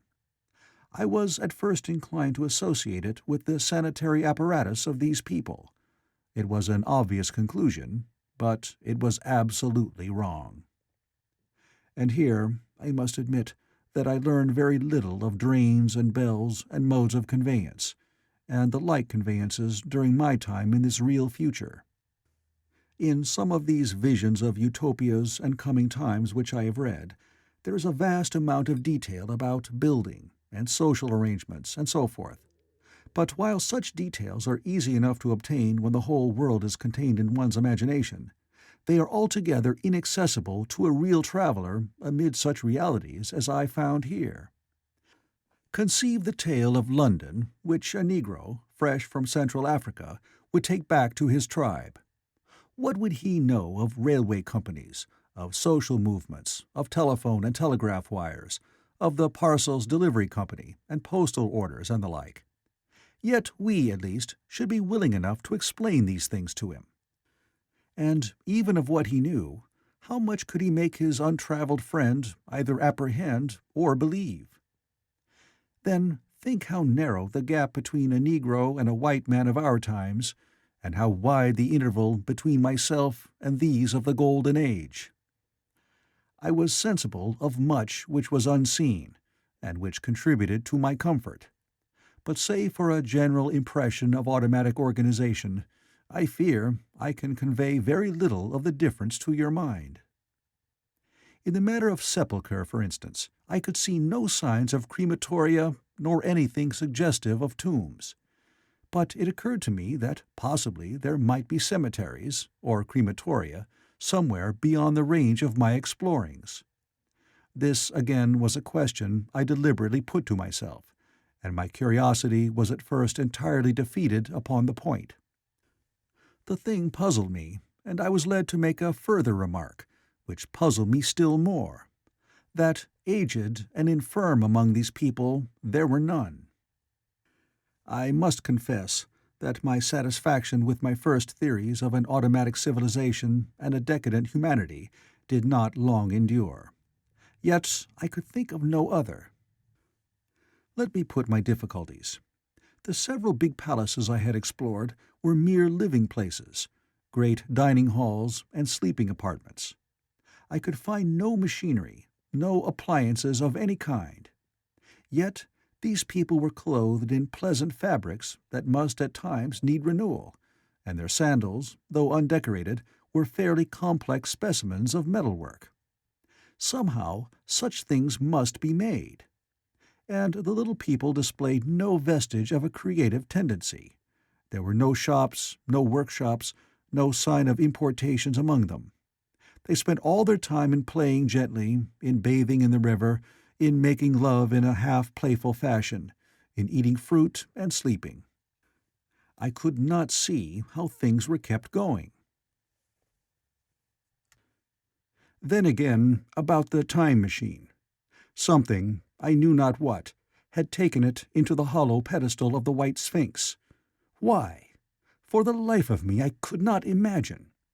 Those waterless wells, too, those flickering pillars. I felt I lacked a clue. I felt, how shall I put it? Suppose you found an inscription, with sentences here and there in excellent plain English, and interpolated therewith others made up of words, of letters even, absolutely unknown to you. Well, on the third day of my visit, that was how the world of 802,701 presented itself to me. That day, too, I made a friend of a sort. It happened that, as I was watching some of the little people bathing in a shallow, one of them was seized with a cramp and began drifting downstream. The main current ran rather swiftly, but not too strongly for even a moderate swimmer. It will give you an idea, therefore, of the strange deficiency in these creatures, when I tell you that none made the slightest attempt to rescue the weakly crying little thing which was drowning before their eyes. When I realized this, I hurriedly slipped off my clothes, and wading in at a point lower down, I caught the poor mite and drew her safe to land. A little rubbing of the limbs soon brought her round, and I had the satisfaction of seeing she was all right before I left her. I had got to such a low estimate of her kind that I did not expect any gratitude from her. In that, however, I was wrong. This happened in the morning. In the afternoon I met my little woman, as I believe it was, as I was returning towards my center from an exploration, and she received me with cries of delight and presented me with a big garland of flowers, evidently made for me and me alone. The thing took my imagination. Very possibly I had been feeling desolate. At any rate, I did my best to display my appreciation of the gift. We were soon seated together in a little stone arbor, engaged in conversation, chiefly of smiles. The creature's friendliness affected me exactly as a child's might have done. We passed each other flowers, and she kissed my hands. I did the same to hers.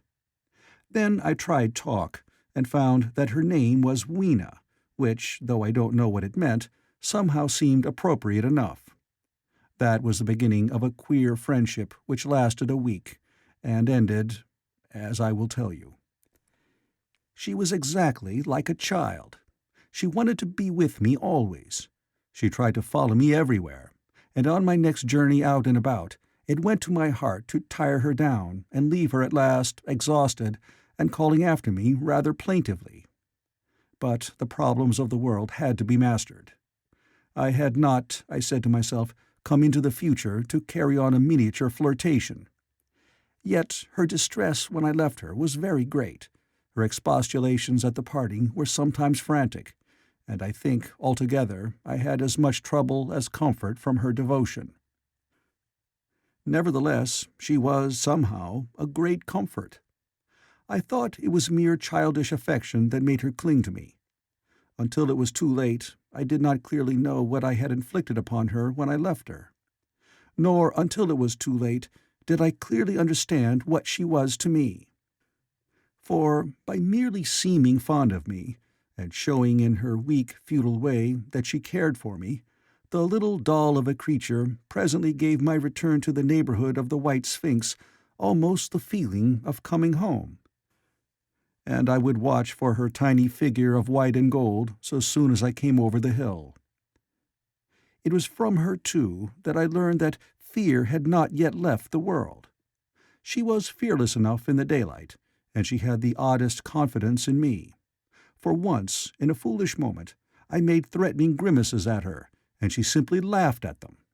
But she dreaded the dark, dreaded shadows, dreaded black things. Darkness to her was the one thing dreadful. It was a singularly passionate emotion, and it set me thinking and observing. I discovered then, among other things, that these little people gathered into the great houses after dark, and slept in droves. To enter upon them without a light was to put them into a tumult of apprehension. I never found one out of doors, or one sleeping alone within doors after dark. Yet I was still such a blockhead that I missed the lesson of that fear, and in spite of Weena's distress I insisted upon sleeping away from these slumbering multitudes. It troubled her greatly, but in the end her odd affection for me triumphed, and for 5 of the nights of our acquaintance, including the last night of all, she slept with her head pillowed on my arm. But my story slips away from me as I speak of her. It must have been the night before her rescue that I was awakened about dawn. I had been restless, dreaming most disagreeably that I was drowned, and that sea anemones were feeling over my face with their soft palps. I woke with a start, and with an odd fancy that some greyish animal had just rushed out of the chamber. I tried to get to sleep again, but I felt restless and uncomfortable. It was that dim grey hour when things are just creeping out of darkness, when everything is colourless and clear-cut and yet unreal. I got up and went down into the great hall, and so out upon the flagstones in front of the palace. I thought I would make a virtue of necessity and see the sunrise. The moon was setting, and the dying moonlight and the first pallor of dawn were mingled in a ghastly half-light. The bushes were inky black, the ground a sombre grey, the sky colourless and cheerless. And up the hill I thought I could see ghosts. There were several times, as I scanned the slope, I saw white figures. Twice I fancied I saw a solitary white ape-like creature running rather quickly up the hill, and once near the ruins I saw a leash of them carrying some dark body. They moved hastily. I did not see what became of them. It seemed that they vanished among the bushes. The dawn was still indistinct, you must understand. I was feeling that chill, uncertain, early morning feeling you may have known. I doubted my eyes. As the eastern sky grew brighter, and the light of the day came on and its vivid colouring returned upon the world once more, I scanned the view keenly, but I saw no vestige of my white figures. They were mere creatures of the half-light. "They must have been ghosts," I said. "I wonder whence they dated." For a queer notion of Grant Allen's came into my head and amused me. If each generation die and leave ghosts, he argued, the world at last will get overcrowded with them. On that theory, they would have grown innumerable some 800,000 years since, and it was no great wonder to see 4 at once. But the jest was unsatisfying, and I was thinking of these figures all the morning, until Weena's rescue drove them out of my head. I associated them in some indefinite way with the white animal I had startled in my first passionate search for the time machine. But Weena was a pleasant substitute. Yet, all the same, they were soon destined to take far deadlier possession of my mind. I think I have said how much hotter than our own was the weather of this golden age. I cannot account for it. It may be that the sun was hotter, or the earth nearer the sun. It is usual to assume that the sun will go on cooling steadily in the future, but people, unfamiliar with such speculations as those of the younger Darwin, forget that the planets must ultimately fall back one by one into the parent body. As these catastrophes occur, the sun will blaze with renewed energy, and it may be that some inner planet had suffered this fate. Whatever the reason, the fact remains that the sun was very much hotter than we know it. Well, one very hot morning, my 4th, I think, as I was seeking shelter from the heat and glare in a colossal ruin near the great house where I slept and fed, there happened this strange thing. Clambering among these heaps of masonry, I found a narrow gallery, whose end and side windows were blocked by fallen masses of stone. By contrast with the brilliancy outside, it seemed at first impenetrably dark to me. I entered it groping, for the change from light to blackness made spots of colour swim before me. Suddenly I halted spellbound. A pair of eyes, luminous by reflection against the daylight without, was watching me out of the darkness. The old, instinctive dread of wild beasts came upon me. I clenched my hands and steadfastly looked into the glaring eyeballs. I was afraid to turn. Then the thought of the absolute security in which humanity appeared to be living came to my mind, and then I remembered that strange terror of the dark. Overcoming my fear to some extent, I advanced a step and spoke. I will admit that my voice was harsh and ill-controlled. I put out my hand and touched something soft. At once the eyes darted sideways, and something white ran past me. I turned with my heart in my mouth and saw a queer little ape-like figure, its head held down in a peculiar manner, running across the sunlit space behind me. It blundered against a block of granite, staggered aside, and in a moment was hidden in a black shadow beneath another pile of ruined masonry. My impression of it is, of course, imperfect, but I know it was a dull white, and had strange, large, grayish-red eyes. Also, that there was flaxen hair on its head and down its back. But, as I say, it went too fast for me to see distinctly. I cannot even say whether it ran on all fours or only with its forearms held very low. After an instant's pause, I followed it into the second heap of ruins. I could not find it at first, but after a time, in the profound obscurity, I came upon one of those round, well-like openings of which I have told you, half closed by a fallen pillar. A sudden thought came to me. Could this thing have vanished down the shaft?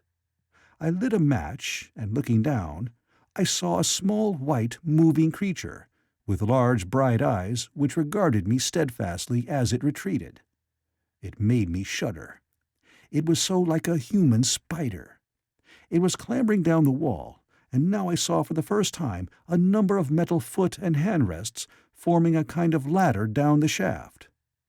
Then the light burned my fingers and fell out of my hand, going out as it dropped, and when I lit another, the little monster had disappeared. I do not know how long I sat peering down that well.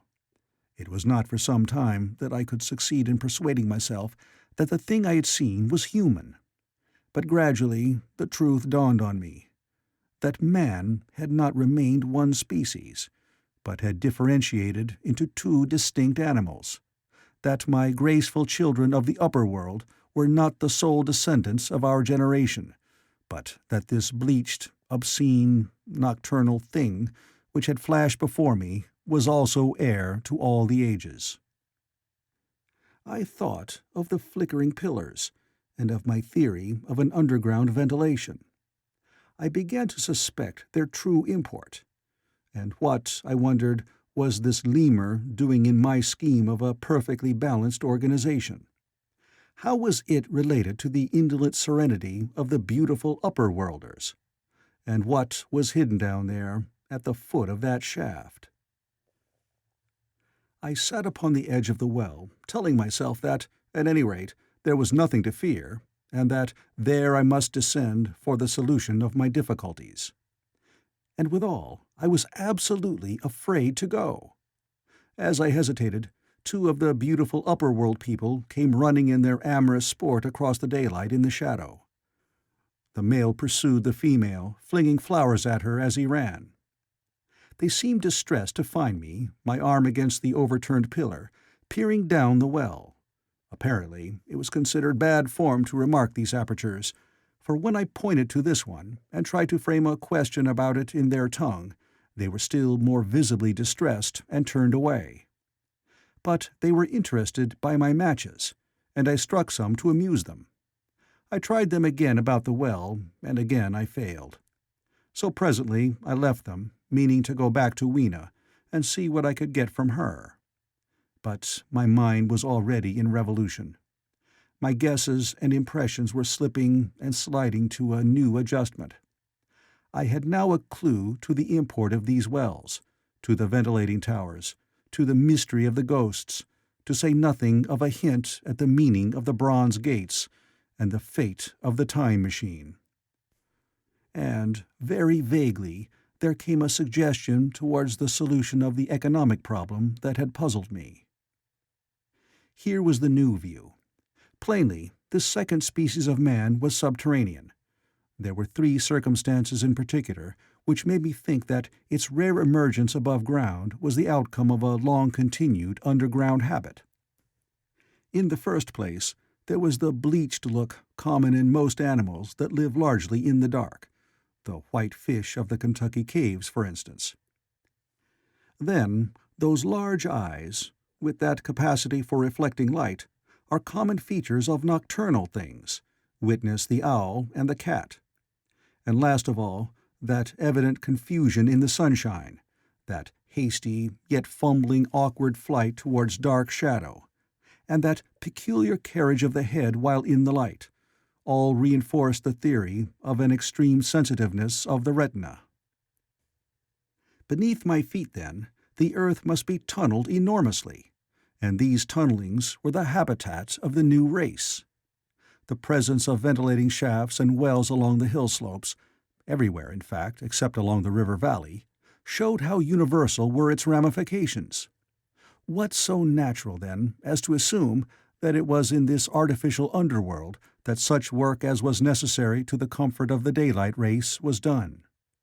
The notion was so plausible that I at once accepted it, and went on to assume the how of this splitting of the human species.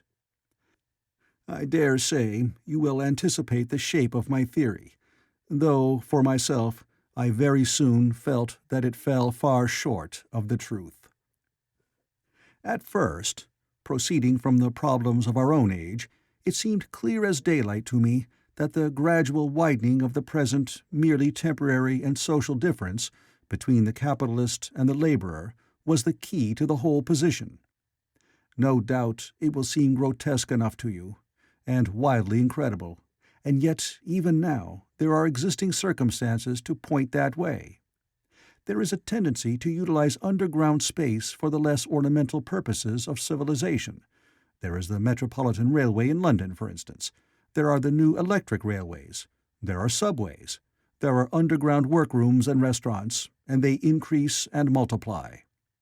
Evidently, I thought, this tendency had increased till industry had gradually lost its birthright in the sky.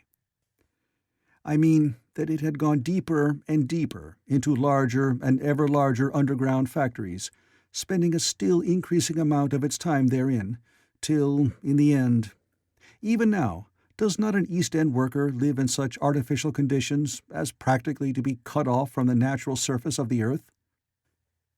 Again, the exclusive tendency of richer people, due, no doubt, to the increasing refinement of their education and the widening gulf between them and the rude violence of the poor, is already leading to the closing, in their interest, of considerable portions of the surface of the land.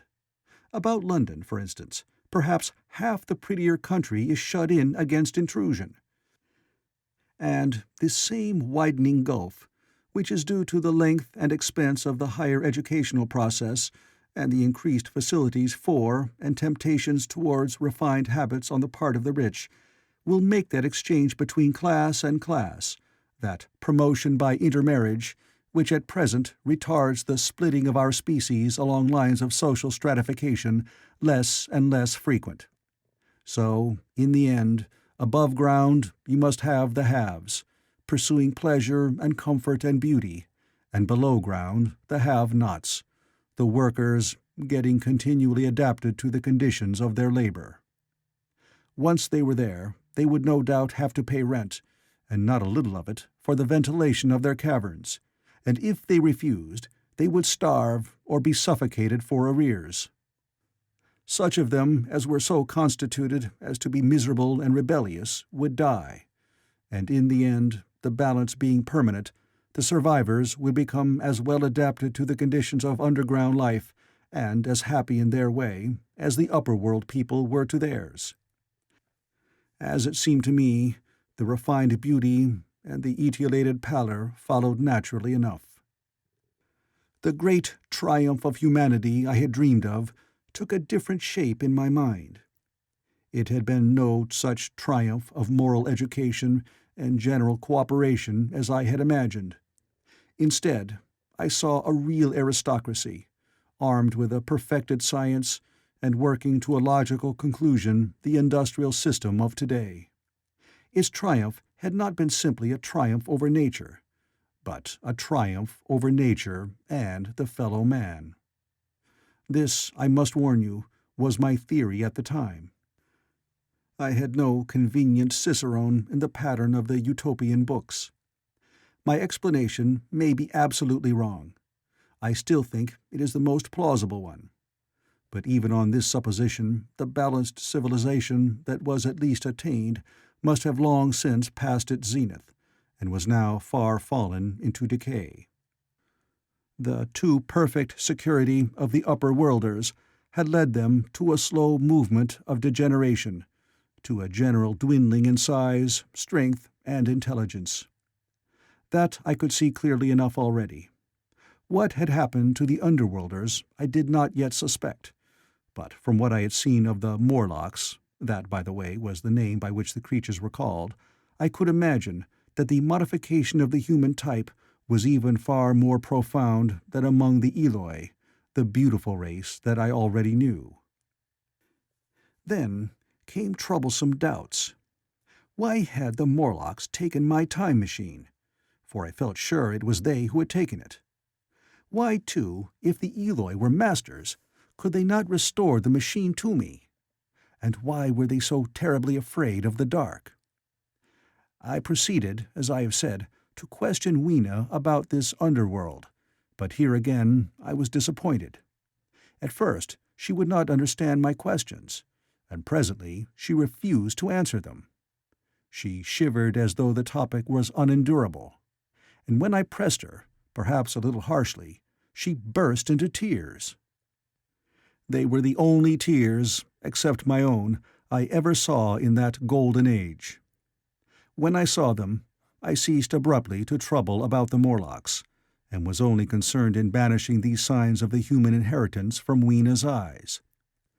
And very soon she was smiling and clapping her hands, while I solemnly burned a match. End of Chapter 5. Chapter 6. It may seem odd to you, but it was 2 days before I could follow up the new-found clue in what was manifestly the proper way. I felt a peculiar shrinking from those pallid bodies.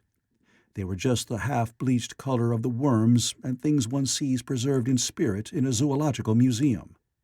And they were filthily cold to the touch.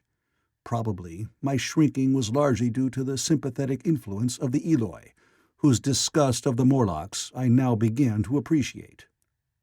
The next night I did not sleep well. Probably my health was a little disordered. I was oppressed with perplexity and doubt. Once or twice I had a feeling of intense fear, for which I could perceive no definite reason.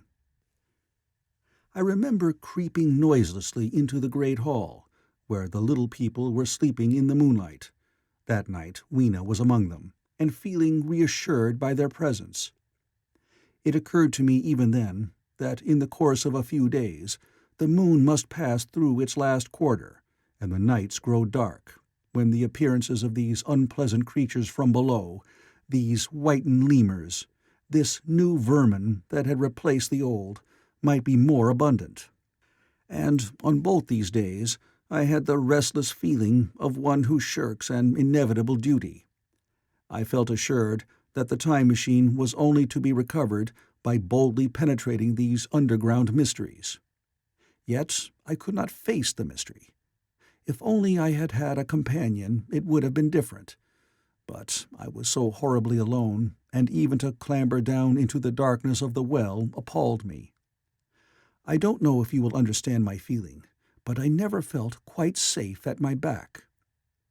It was this restlessness, this insecurity perhaps, that drove me further and further afield in my exploring expeditions.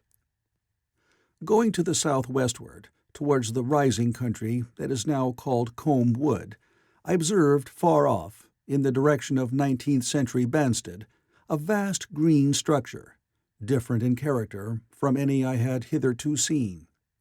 It was larger than the largest of the palaces or ruins I knew, and the facade had an oriental look, the face of it having the luster, as well as the pale green tint, a kind of bluish green of a certain type of Chinese porcelain. This difference in aspect suggested a difference in use, and I was minded to push on and explore. But the day was growing late, and I had come upon the site of the place after a long and tiring circuit, so I resolved to hold over the adventure for the following day, and I returned to the welcome and the caresses of little Weena.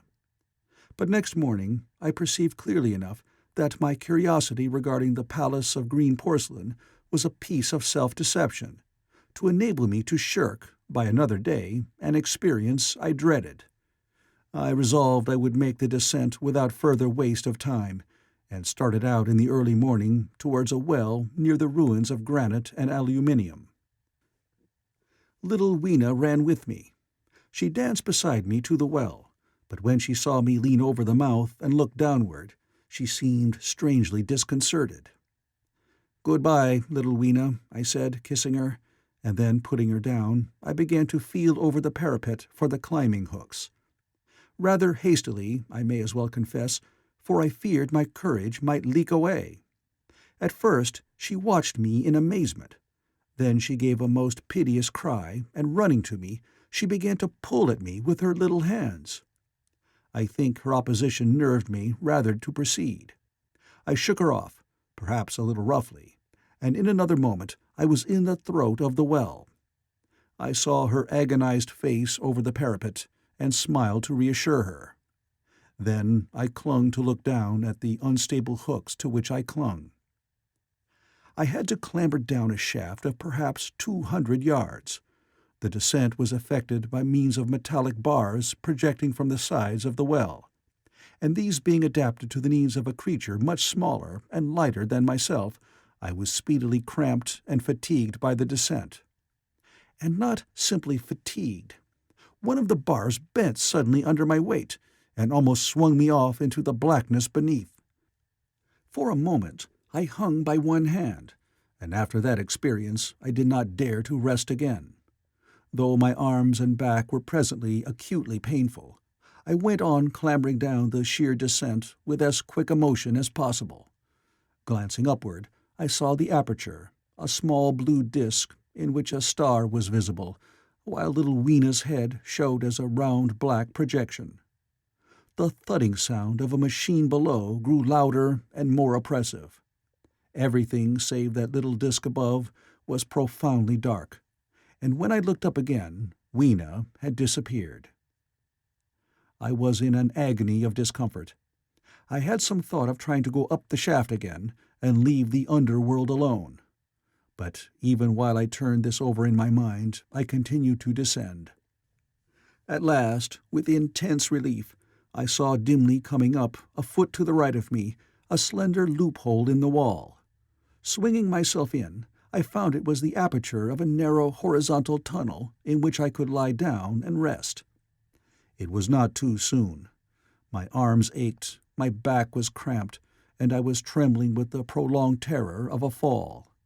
Besides this, the unbroken darkness had had a distressing effect upon my eyes. The air was full of the throb and hum of machinery pumping air down the shaft.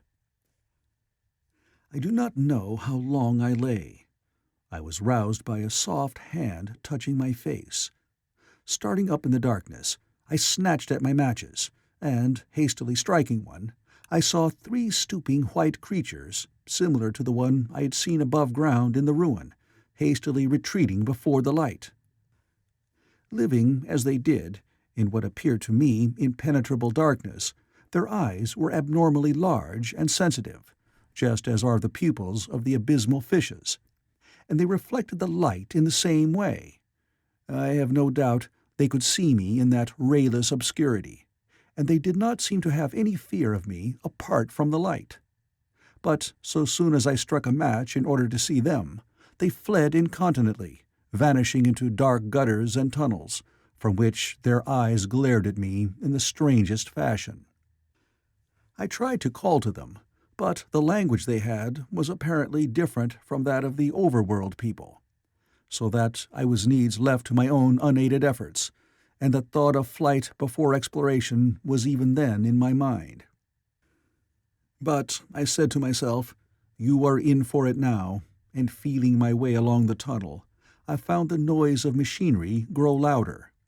Presently the walls fell away from me, and I came into a large open space, and striking another match, saw that I had entered a vast arched cavern, which stretched into utter darkness beyond the range of my light. The view I had of it was as much as one could see in the burning of a match. Necessarily, my memory is vague. Great shapes like big machines rose out of the dimness and cast grotesque black shadows, in which dim spectral Morlocks sheltered from the glare. The place, by the by, was very stuffy and oppressive, and a faint halitus of freshly shed blood was in the air. Some way down the central vista was a little table of white metal, laid with what seemed a meal.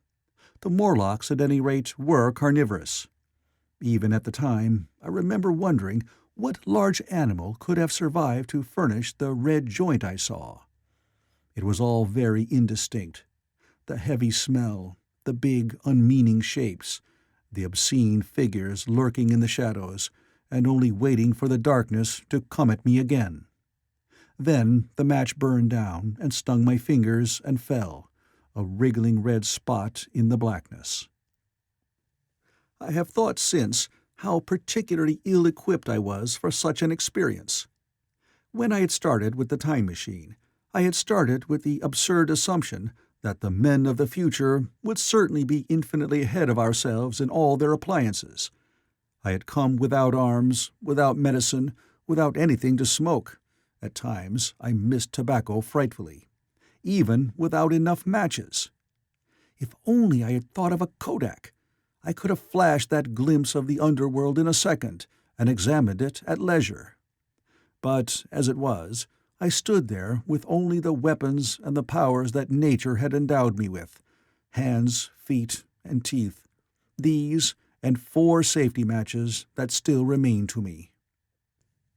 I was afraid to push my way in among all this machinery in the dark, and it was only with my last glimpse of light I discovered that my store of matches had run low. It had never occurred to me until that moment that there was any need to economize them, and I had wasted almost half the box in astonishing the upper-worlders, to whom fire was a novelty. Now, as I say, I had 4 left, and while I stood in the dark, a hand touched mine. Lank fingers came feeling over my face, and I was sensible of a peculiar, unpleasant odor. I fancied I heard the breathing of a crowd of these dreadful little beings about me. I felt the box of matches in my hand being gently disengaged, and other hands behind me plucking at my clothing. The sense of these unseen creatures examining me was indescribably unpleasant. The sudden realization of my ignorance of their ways of thinking and doing came home to me very vividly in the darkness. I shouted at them as loudly as I could. They started away, and then I could feel them approaching me again. They clutched at me more boldly, whispering odd sounds to each other. I shivered violently and shouted again rather discordantly. This time they were not so seriously alarmed, and they made a queer laughing noise as they came back at me. I will confess I was horribly frightened. I determined to strike another match and escape under the protection of its glare. I did so, and eking out the flicker with a scrap of paper from my pocket, I made good my retreat to the narrow tunnel. But I had scarce entered this when my light was blown out, and in the darkness I could hear the Morlocks rustling like wind among leaves, and pattering like the rain as they hurried after me. In a moment I was clutched by several hands, and there was no mistaking that they were trying to haul me back. I struck another light and waved it in their dazzled faces. You can scarce imagine how nauseatingly inhuman they looked, those pale, chinless faces, and great, lidless, pinkish-gray eyes, as they stared in their blindness and bewilderment. But I did not stay to look, I promise you. I retreated again, and when my second match had ended, I struck my third. It had almost burned through when I reached the opening into the shaft. I laid down on the edge, for the throb of the great pump below made me giddy. Then I felt sideways for the projecting hooks, and as I did so, my feet were grasped from behind, and I was violently tugged backward. I lit my last match, and it incontinently went out. But I had my hand on the climbing bars now, and kicking violently, I disengaged myself from the clutches of the Morlocks, and was speedily clambering up the shaft, while they stayed peering and blinking up at me, all but one little wretch who followed me for some way, and well nigh secured my boot as a trophy. That climb seemed interminable to me. With the last 20 or 30 feet of it, a deadly nausea came upon me. I had the greatest difficulty in keeping my hold. The last few yards was a frightful struggle against this faintness. Several times my head swam, and I felt all the sensations of falling. At last, however, I got over the well-mouth somehow, and staggered out of the ruin into the blinding sunlight. I fell upon my face. Even the soil smelt sweet and clean. Then I remember Weena kissing my hands and ears, and the voices of others among the Eloi. Then, for a time, I was insensible. End of Chapter 6. Chapter 7. Now, indeed, I seemed in a worse case than before.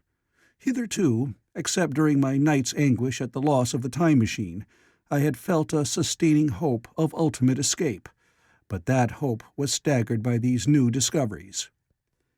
Hitherto, I had merely thought myself impeded by the childish simplicity of the little people, and by some unknown forces, which I had only to understand to overcome. But there was an altogether new element in the sickening quality of the Morlocks, a something inhuman and malign. Instinctively, I loathed them. Before, I had felt as a man might feel who had fallen into a pit. My concern was with the pit and how to get out of it. Now I felt like a beast in a trap, whose enemy would come upon him soon. The enemy I dreaded may surprise you.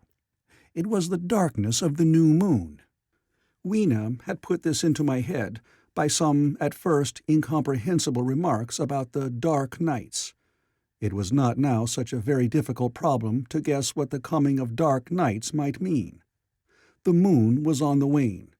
Each night there was a longer interval of darkness.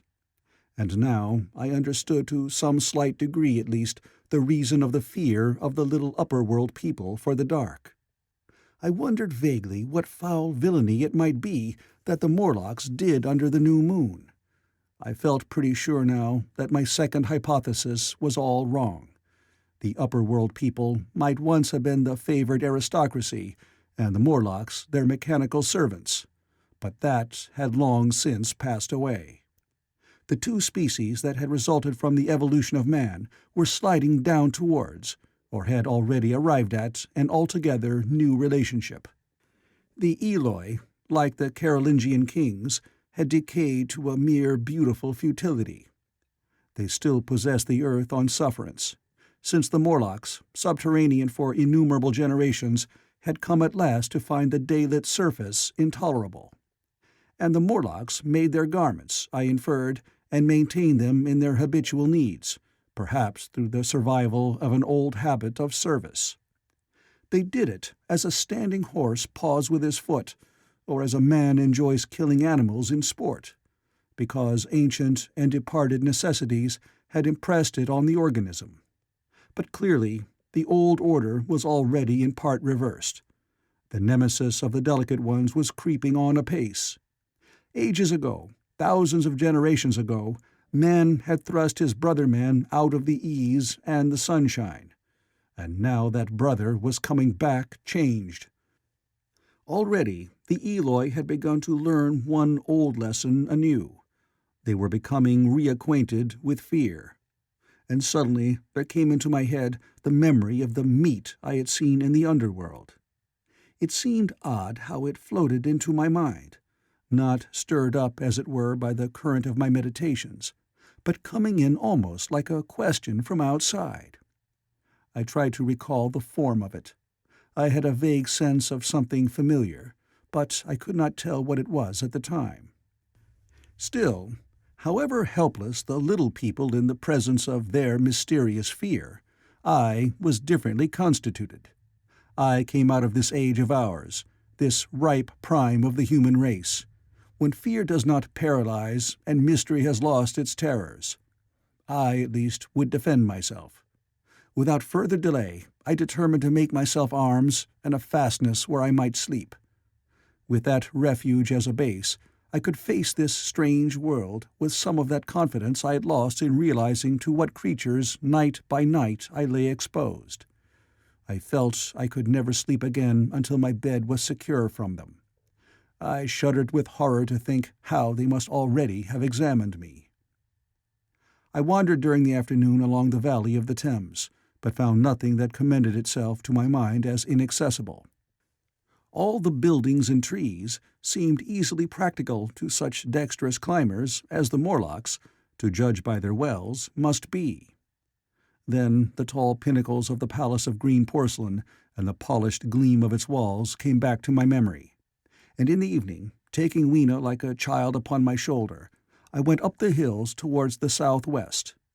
The distance, I had reckoned, was 7 or 8 miles, but it must have been nearer 18. I had first seen the place on a moist afternoon, when distances are deceptively diminished. In addition, the heel of one of my shoes was loose, and a nail was working through the sole. They were comfortable old shoes I wore about indoors, so that I was lame. And it was already long past sunset when I came in sight of the palace, silhouetted black against the pale yellow of the sky.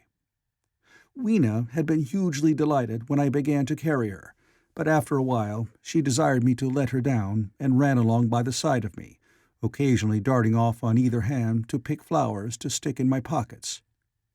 My pockets had always puzzled Weena, but at the last she had concluded that they were an eccentric kind of vase for floral decoration.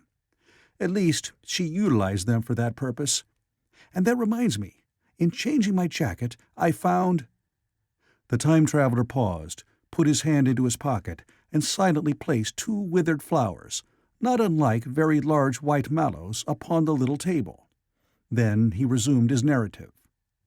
As the hush of the evening crept over the world, and we proceeded over the hill crest towards Wimbledon, Weena grew tired and wanted to return to the house of grey stone. But I pointed out the distant pinnacles of the Palace of Green Porcelain to her, and contrived to make her understand that we were seeking a refuge there from her fear. You know that great pause that comes upon things before the dusk? Even the breeze stops in the trees.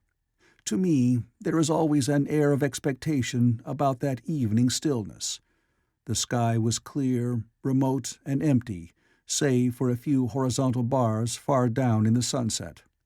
Well, that night, the expectation took the color of my fears. In that darkling calm, my senses seemed preternaturally sharpened.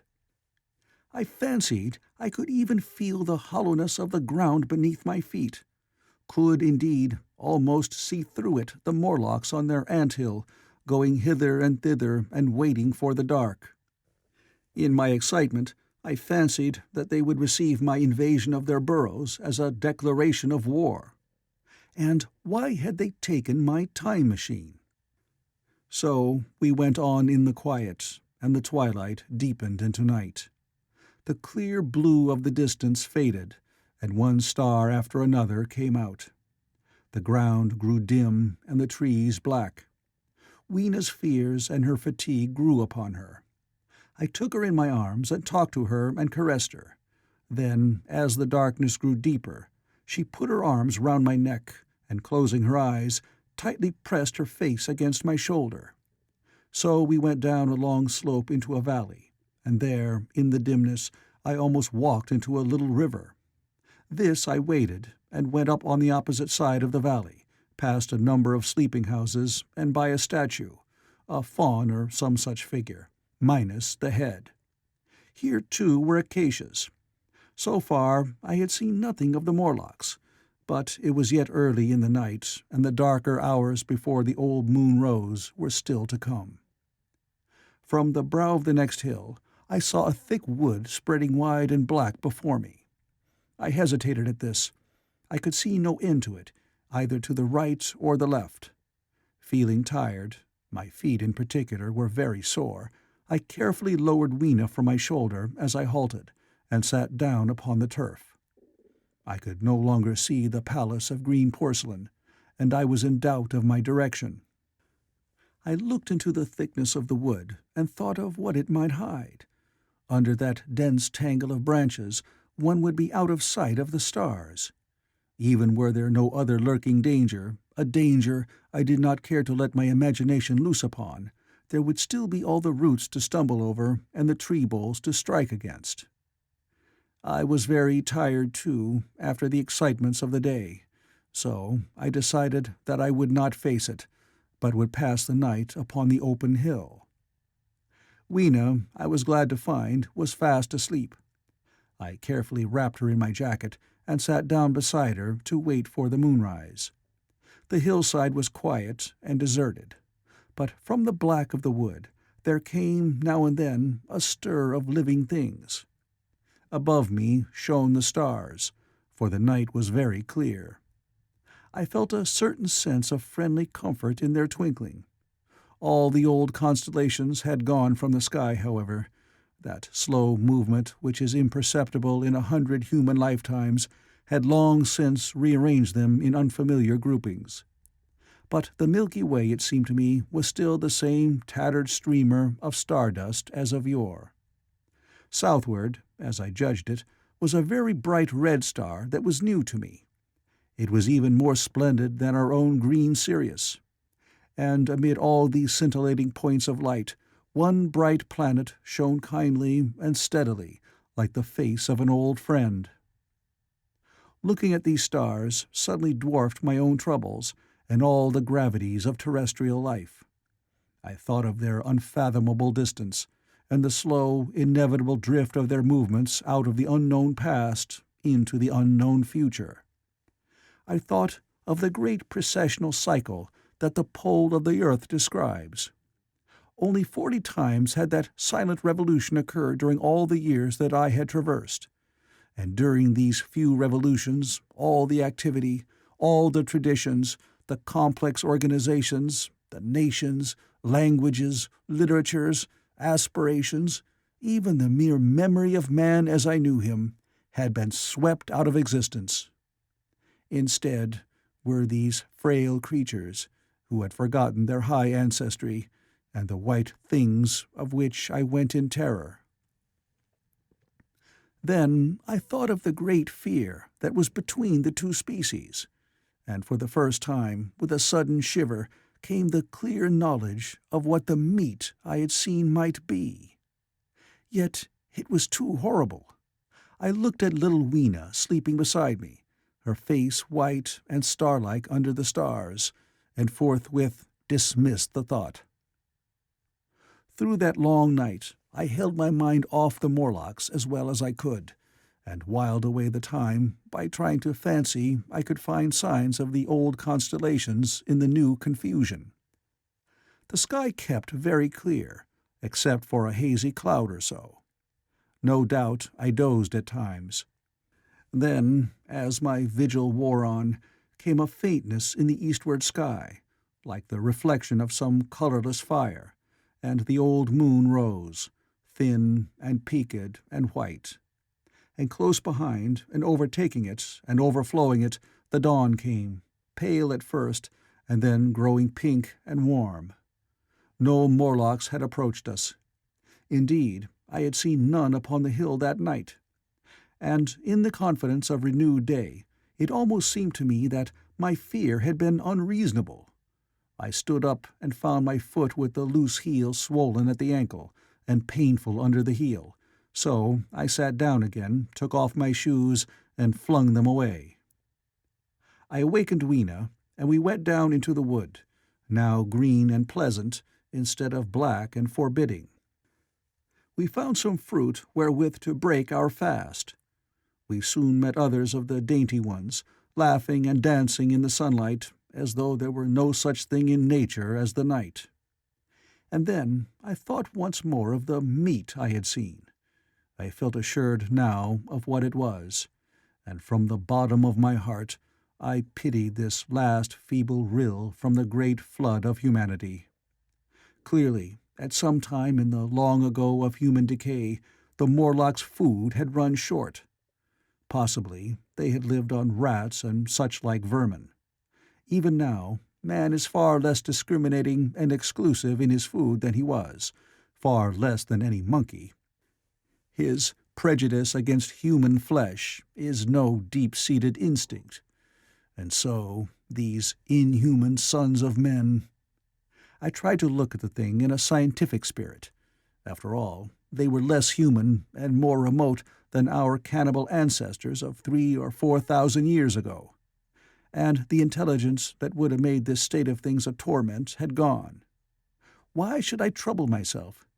These Eloi were mere fatted cattle, which the ant-like Morlocks preserved and preyed upon, probably saw to the breeding of. And there was Weena dancing at my side. Then I tried to preserve myself from the horror that was coming upon me, by regarding it as a rigorous punishment of human selfishness.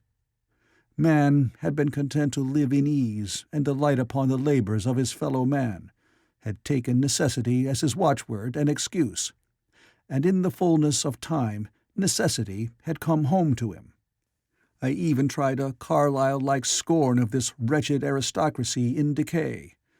But this attitude of mind was impossible. However great their intellectual degradation, the Eloi had kept too much of the human form not to claim my sympathy, and to make me perforce a sharer in their degradation and their fear. I had, at that time, very vague ideas as to the course I should pursue. My first was to secure some safe place of refuge, and to make myself such arms of metal or stone as I could contrive. That necessity was immediate. In the next place, I hoped to procure some means of fire, so that I should have the weapon of a torch at hand, for nothing, I knew, would be more efficient against these Morlocks. Then I wanted to arrange some contrivance to break open the doors of bronze under the White Sphinx. I had in mind a battering ram. I had a persuasion that if I could enter those doors and carry a blaze of light before me, I should discover the time machine and escape. I could not imagine the Morlocks were strong enough to move it far away. Weena I had resolved to bring with me to our own time, and, turning such schemes over in my mind, I pursued our way towards the building which my fancy had chosen as our dwelling. End of Chapter 7. Chapter 8.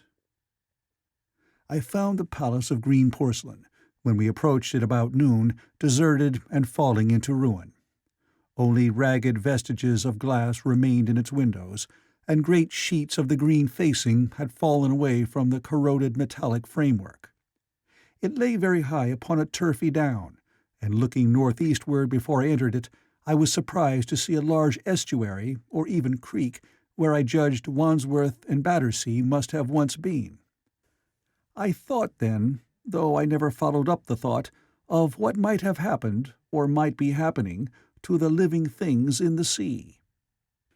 The material of the palace proved on examination to be indeed porcelain, and along the face of it I saw an inscription in some unknown character. I thought, rather foolishly, that Weena might help me to interpret this, but I only learned that the bare idea of writing had never entered her head. She always seemed to me, I fancy, more human than she was, perhaps because her affection was so human. Within the big valves of the door, which were open and broken, we found, instead of the customary hall, a long gallery lit by many side windows. At the first glance I was reminded of a museum. The tiled floor was thick with dust, and a remarkable array of miscellaneous objects was shrouded in the same grey covering. Then I perceived, standing strange and gaunt in the centre of the hall, what was clearly the lower part of a huge skeleton. I recognized by the oblique feet that it was some extinct creature after the fashion of the Megatherium. The skull and upper bones lay beside it in the thick dust, and in one place, where rainwater had dropped through a leak in the roof, the thing itself had been worn away. Further in the gallery was the huge skeleton barrel of a brontosaurus. My museum hypothesis was confirmed. Going towards the side, I found what appeared to be sloping shelves, and clearing away the thick dust, I found the old familiar glass cases of our own time. But they must have been airtight, to judge from the fair preservation of some of their contents. Clearly, we stood among the ruins of some latter-day South Kensington. Here, apparently, was the paleontological section, and a very splendid array of fossils it must have been, though the inevitable process of decay that had been staved off for a time, and had, through the extinction of bacteria and fungi, lost 99 hundredths of its force, was nevertheless with extreme sureness, if with extreme slowness, at work again upon all its treasures. Here and there I found traces of the little people in the shape of rare fossils broken to pieces, or threaded in strings upon reeds. And the cases had in some instances been bodily removed, by the Morlocks as I judged. The place was very silent. The thick dust deadened our footsteps. Weena, who had been rolling a sea urchin down the sloping glass of a case, presently came as I stared about me and very quietly took my hand and stood beside me. And at first I was so much surprised by this ancient monument of an intellectual age that I gave no thought to the possibilities it presented. Even my preoccupation about the time machine receded a little from my mind. To judge from the size of the place, this palace of green porcelain had a great deal more in it than a gallery of paleontology, possibly historical galleries. It might be even a library. To me, at least in my present circumstances, these would be vastly more interesting than this spectacle of old-time geology in decay. Exploring, I found another short gallery running transversely to the first. This appeared to be devoted to minerals, and the sight of a block of sulphur set my mind running on gunpowder. But I could find no saltpeter. Indeed, no nitrates of any kind. Doubtless they had deliquesced ages ago. Yet the sulphur hung in my mind, and set up a train of thinking. As for the rest of the contents of that gallery, though on the whole they were the best preserved of all I saw, I had little interest. I am no specialist in mineralogy, and I went on down a very ruinous aisle running parallel to the first hall I had entered. Apparently, this section had been devoted to natural history, but everything had long since passed out of recognition. A few shriveled and blackened vestiges of what had once been stuffed animals, desiccated mummies in jars that had once held spirit, a brown dust of departed plants, that was all. I was sorry for that, because I should have been glad to trace the patent readjustments by which the conquest of animated nature had been attained. Then we came to a gallery of simply colossal proportions, but singularly ill-lit, the floor of it running downward at a slight angle from the end at which I entered. At intervals, white globes hung from the ceiling, many of them cracked and smashed, which suggested that originally the place had been artificially lit. Here I was more in my element, for rising on either side of me were the huge bulks of big machines, all greatly corroded and many broken down, but some still fairly complete.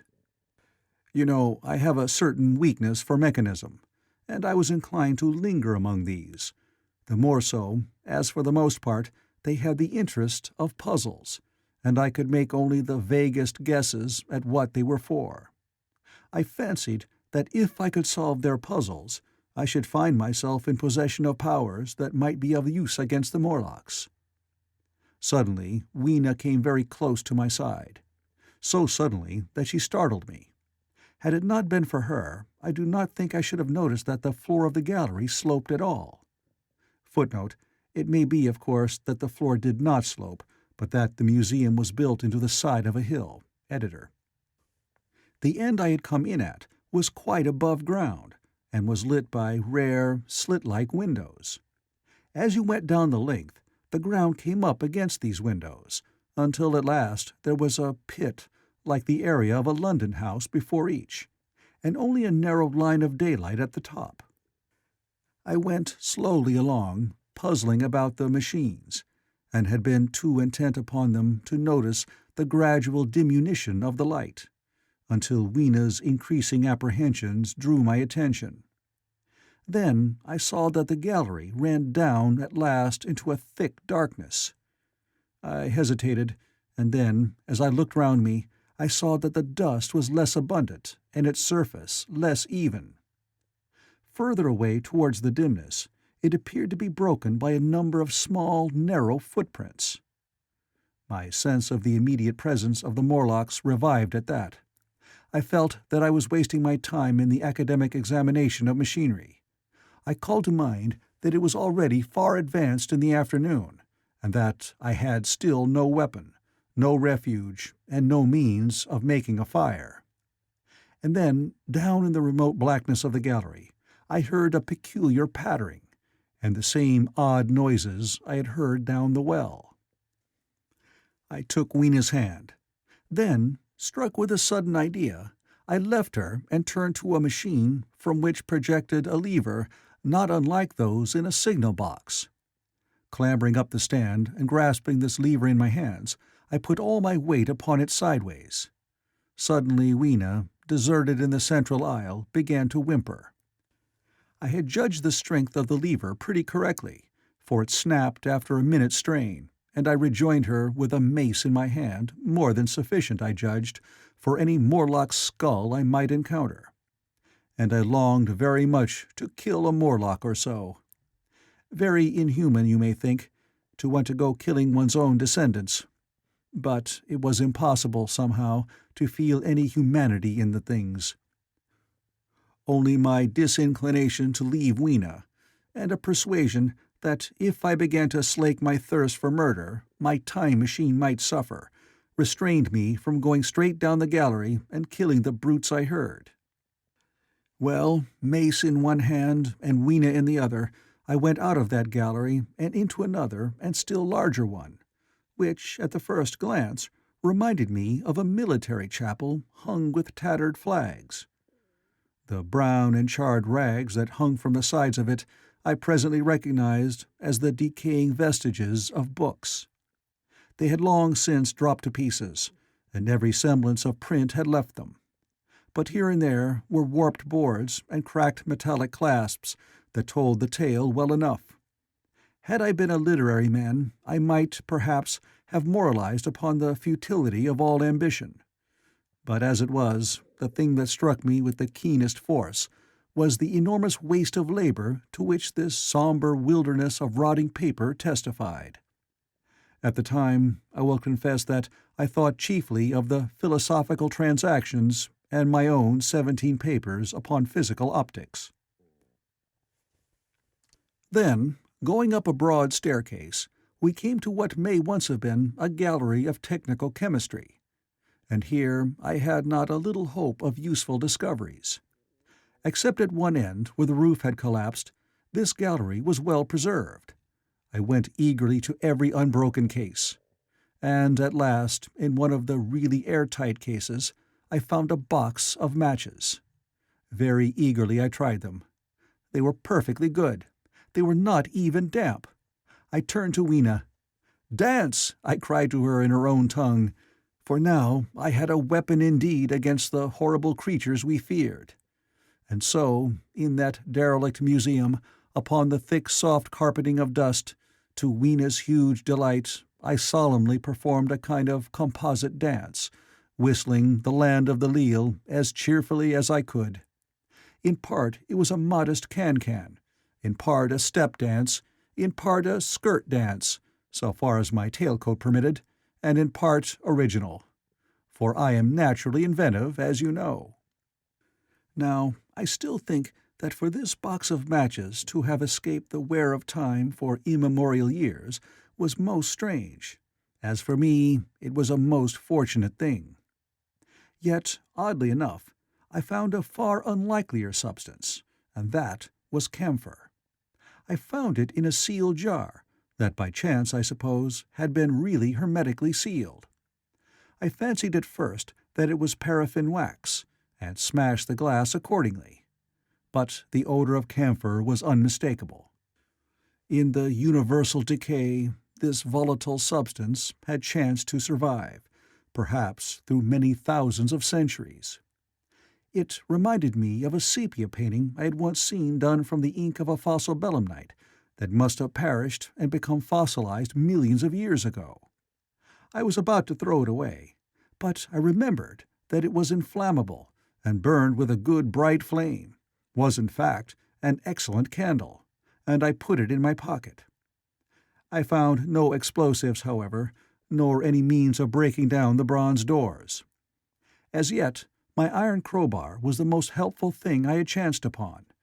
Nevertheless, I left that gallery greatly elated. I cannot tell you all the story of that long afternoon. It would require a great effort of memory to recall my explorations in at all the proper order. I remember a long gallery of rusting stands of arms, and how I hesitated between my crowbar and a hatchet or a sword. I could not carry both, however, and my bar of iron promised best against the bronze gates. There were numbers of guns, pistols, and rifles, and most were masses of rust, but many were of some new metal, and still fairly sound. But any cartridges or powder there may once have been had rotted into dust. One corner I saw was charred and shattered, perhaps, I thought, by an explosion among the specimens. In another place was a vast array of idols, Polynesian, Mexican, Grecian, Phoenician, every country on earth, I should think. And here, yielding to an irresistible impulse, I wrote my name upon the nose of a steatite monster from South America that particularly took my fancy. As the evening drew on, my interest waned. I went through gallery after gallery, dusty, silent, often ruinous, the exhibits sometimes mere heaps of rust and lignite, sometimes fresher. In one place I suddenly found myself near the model of a tin mine, and then, by the merest accident, I discovered, in an airtight case, 2 dynamite cartridges. I shouted, "Eureka!" and smashed the case with joy. Then came a doubt. I hesitated. Then, selecting a little side gallery, I made my essay. I never felt such a disappointment as I did in waiting 5, 10, 15 minutes for an explosion that never came.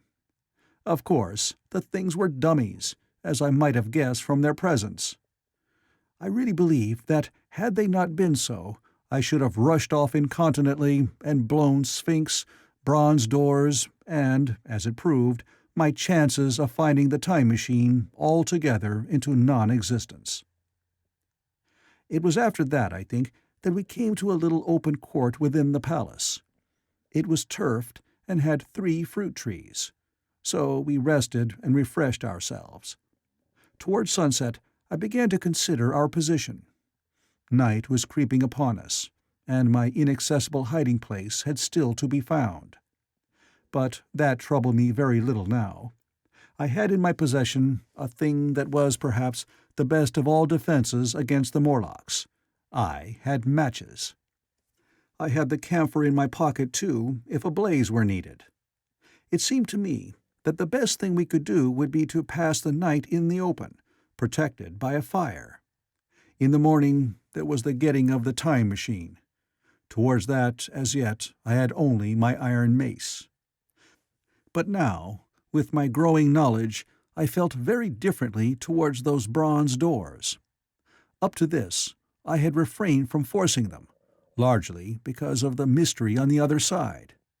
They had never impressed me as being very strong, and I hoped to find my bar of iron not altogether inadequate for the work. End of Chapter 8. Chapter 9. We emerged from the palace while the sun was still in part above the horizon. I was determined to reach the White Sphinx early the next morning, and ere the dusk I proposed pushing through the woods that had stopped me on the previous journey. My plan was to go as far as possible that night, and then, building a fire, to sleep in the protection of its glare. Accordingly, as we went along, I gathered any sticks or dried grass I saw, and presently had my arms full of such litter. Thus loaded, our progress was slower than I had anticipated, and besides, Weena was tired. And I began to suffer from sleepiness too, so that it was full night before we reached the wood. Upon the shrubby hill of its edge, Weena would have stopped, fearing the darkness before us. But a singular sense of impending calamity, that should indeed have served me as a warning, drove me onward. I had been without sleep for a night and 2 days, and I was feverish and irritable. I felt sleep coming upon me, and the Morlocks with it. While we hesitated, among the black bushes behind us, and dim against their blackness, I saw 3 crouching figures. There was scrub and long grass all about us, and I did not feel safe from their insidious approach. The forest, I calculated, was rather less than a mile across. If we could get through it to the bare hillside, there, as it seemed to me, was an altogether safer resting place. I thought that with my matches and my camphor I could contrive to keep my path illuminated through the woods. Yet it was evident that if I was to flourish matches with my hands, I should have to abandon my firewood. So, rather reluctantly, I put it down. And then it came into my head that I would amaze our friends behind by lighting it. I was to discover the atrocious folly of this proceeding, but it came to my mind as an ingenious move for covering our retreat. I don't know if you have ever thought what a rare thing flame must be in the absence of man and in a temperate climate. The sun's heat is rarely strong enough to burn, even when it is focused by dewdrops, as is sometimes the case in more tropical districts. Lightning may blast and blacken, but it rarely gives rise to widespread fire. Decaying vegetation may occasionally smolder with the heat of its fermentation, but this rarely results in flame. In this decadence, too, the art of fire-making had been forgotten on the earth. The red tongues that went licking up my heap of wood were an altogether new and strange thing to Weena. She wanted to run to it and play with it. I believe she would have cast herself into it had I not restrained her. But I caught her up, and in spite of her struggles, plunged boldly before me into the wood. For a little way, the glare of my fire lit the path. Looking back presently, I could see, through the crowded stems, that from my heap of sticks the blaze had spread to some bushes adjacent, and a curved line of fire was creeping up the grass of the hill. I laughed at that, and turned again to the dark trees before me. It was very black, and Weena clung to me convulsively, but there was still, as my eyes grew accustomed to the darkness, sufficient light for me to avoid the stems. Overhead it was simply black, except where a gap of remote blue sky shone down upon us here and there. I struck none of my matches because I had no hand free. Upon my left arm I carried my little one. In my right hand I had my iron bar. For some way I heard nothing but the crackling twigs under my feet, the faint rustle of the breeze above, and my own breathing and the throb of the blood vessels in my ears. Then I seemed to know of a pattering about me. I pushed on grimly. The pattering grew more distinct, and then I caught the same queer sound and voices I had heard in the underworld. There were evidently several of the Morlocks, and they were closing in upon me. Indeed, in another minute I felt a tug at my coat, then something at my arm, and Weena shivered violently and became quite still. It was time for a match, but to get one I must put her down. I did so, and as I fumbled with my pocket, a struggle began in the darkness about my knees, perfectly silent on her part, and with the same peculiar cooing sounds from the Morlocks. Soft little hands, too, were creeping over my coat and back, touching even my neck. Then the match scratched and fizzed. I held it flaring and saw the white backs of the Morlocks in flight amid the trees. I hastily took a lump of camphor from my pocket and prepared to light it as soon as the match should wane. Then I looked at Weena. She was lying clutching my feet and quite motionless, with her face to the ground. With a sudden fright, I stooped to her. She seemed scarcely to breathe. I lit the block of camphor and flung it to the ground, and as it split and flared up and drove back the Morlocks and the shadows, I knelt down and lifted her. The wood behind seemed full of the stir and murmur of a great company. She seemed to have fainted. I put her carefully upon my shoulder and rose to push on, and then there came a horrible realization. In maneuvering with my matches and Weena, I had turned myself about several times, and now I had not the faintest idea in what direction lay my path. For all I knew, I might be facing back towards the Palace of Green Porcelain. I found myself in a cold sweat. I had to think rapidly what to do. I determined to build a fire and encamp where we were. I put Weena, still motionless, down upon a turfy bowl, and very hastily, as my first lump of camphor waned, I began collecting sticks and leaves. Here and there, out of the darkness round me, the Morlock's eyes shone like carbuncles. The camphor flickered and went out. I lit a match, and as I did so, two white forms that had been approaching Weena dashed hastily away. One was so blinded by the light that he came straight for me, and I felt his bones grind under the blow of my fist. He gave a whoop of dismay, staggered a little way, and fell down. I lit another piece of camphor and went on gathering my bonfire. Presently I noticed how dry was some of the foliage above me, for since my arrival on the time machine, a matter of a week, no rain had fallen. So instead of casting about among the trees for fallen twigs, I began leaping up and dragging down branches. Very soon I had a choking, smoky fire of green wood and dry sticks, and could economize my camphor. Then I turned to where Lena lay beside my iron mace. I tried what I could to revive her, but she lay like one dead. I could not even satisfy myself whether or not she breathed. Now the smoke of the fire beat over towards me, and it must have made me heavy of a sudden. Moreover, the vapor of camphor was in the air. My fire would not need replenishing for an hour or so. I felt very weary after my exertion, and sat down. The wood, too, was full of a slumberous murmur that I did not understand. I seemed just to nod and open my eyes. But all was dark, and the Morlocks had their hands upon me. Flinging off their clinging fingers, I hastily felt in my pocket for the matchbox, and it had gone. Then they gripped and closed with me again. In a moment I knew what had happened.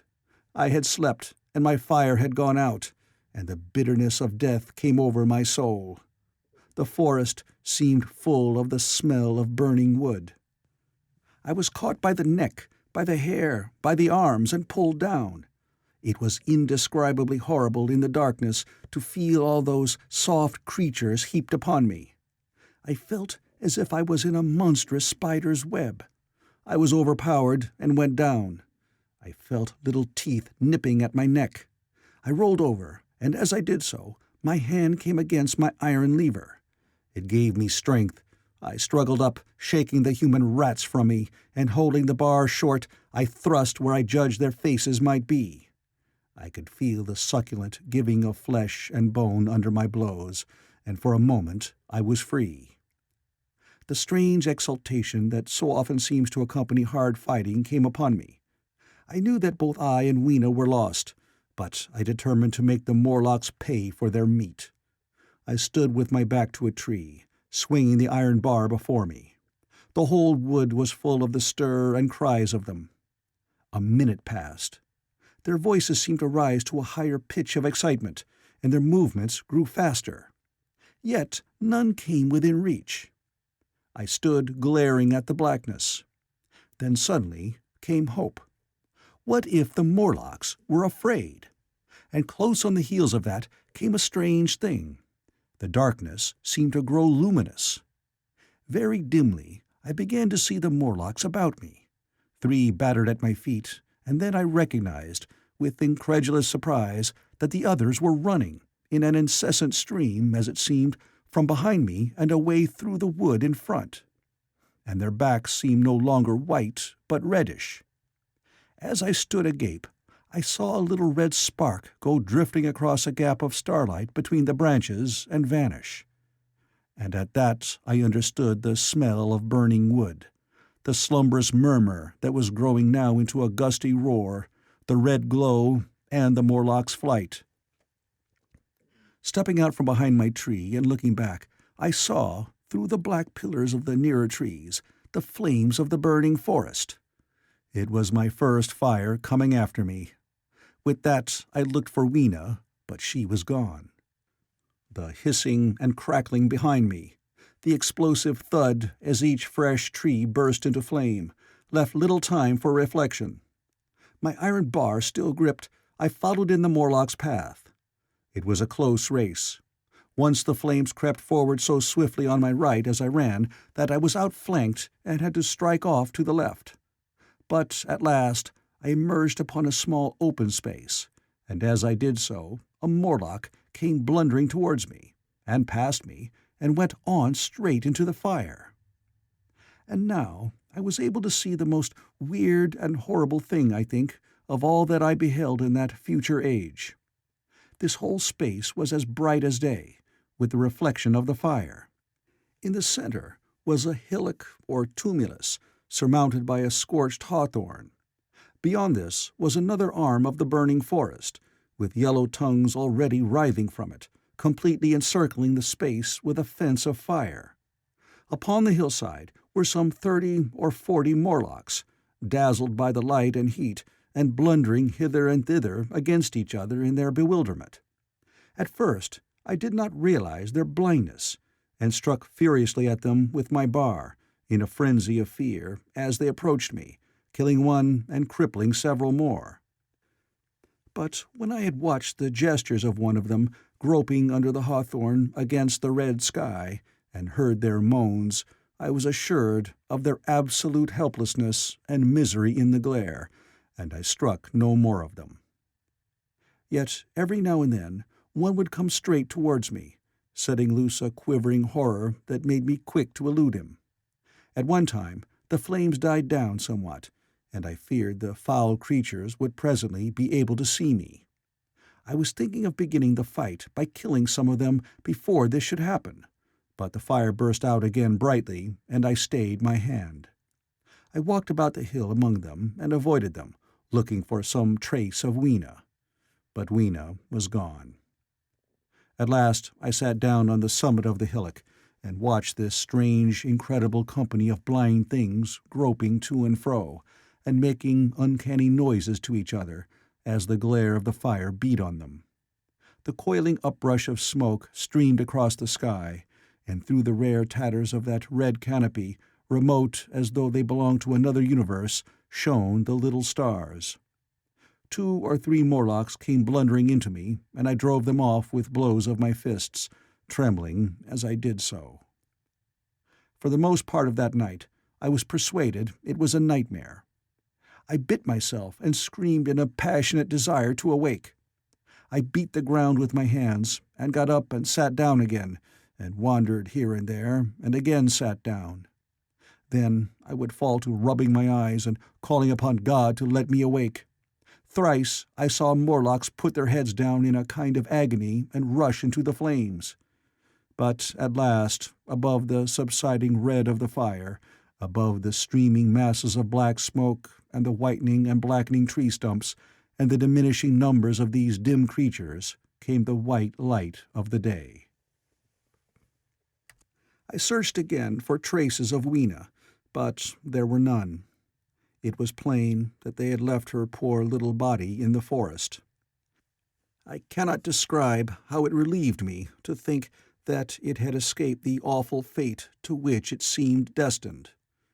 As I thought of that, I was almost moved to begin a massacre of the helpless abominations about me, but I contained myself.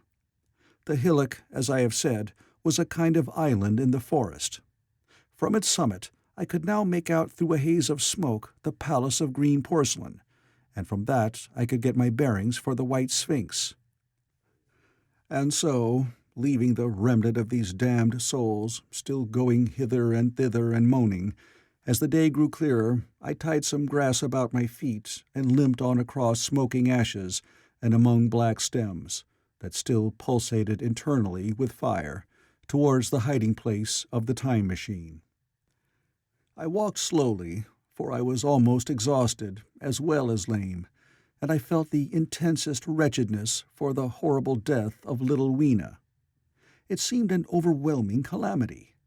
Now, in this old familiar room, it is more like the sorrow of a dream than an actual loss. But that morning it left me absolutely lonely again, terribly alone. I began to think of this house of mine, of this fireside, of some of you, and with such thoughts came a longing that was pain. But as I walked over the smoking ashes under the bright morning sky, I made a discovery. In my trouser pocket were still some loose matches. The box must have leaked before it was lost. End of Chapter 9. Chapter 10. About 8 or 9 in the morning, I came to the same seat of yellow metal from which I had viewed the world upon the evening of my arrival. I thought of my hasty conclusions upon that evening, and could not refrain from laughing bitterly at my confidence. Here was the same beautiful scene, the same abundant foliage, the same splendid palaces and magnificent ruins, the same silver river running between its fertile banks. The gay robes of the beautiful people moved hither and thither among the trees. Some were bathing in exactly the place where I had saved Weena, and that suddenly gave me a keen stab of pain. And like blots upon the landscape rose the cupolas above the ways to the underworld. I understood now what all the beauty of the overworld people covered. Very pleasant was their day, as pleasant as the day of the cattle in the field. Like the cattle, they knew of no enemies and provided against no needs.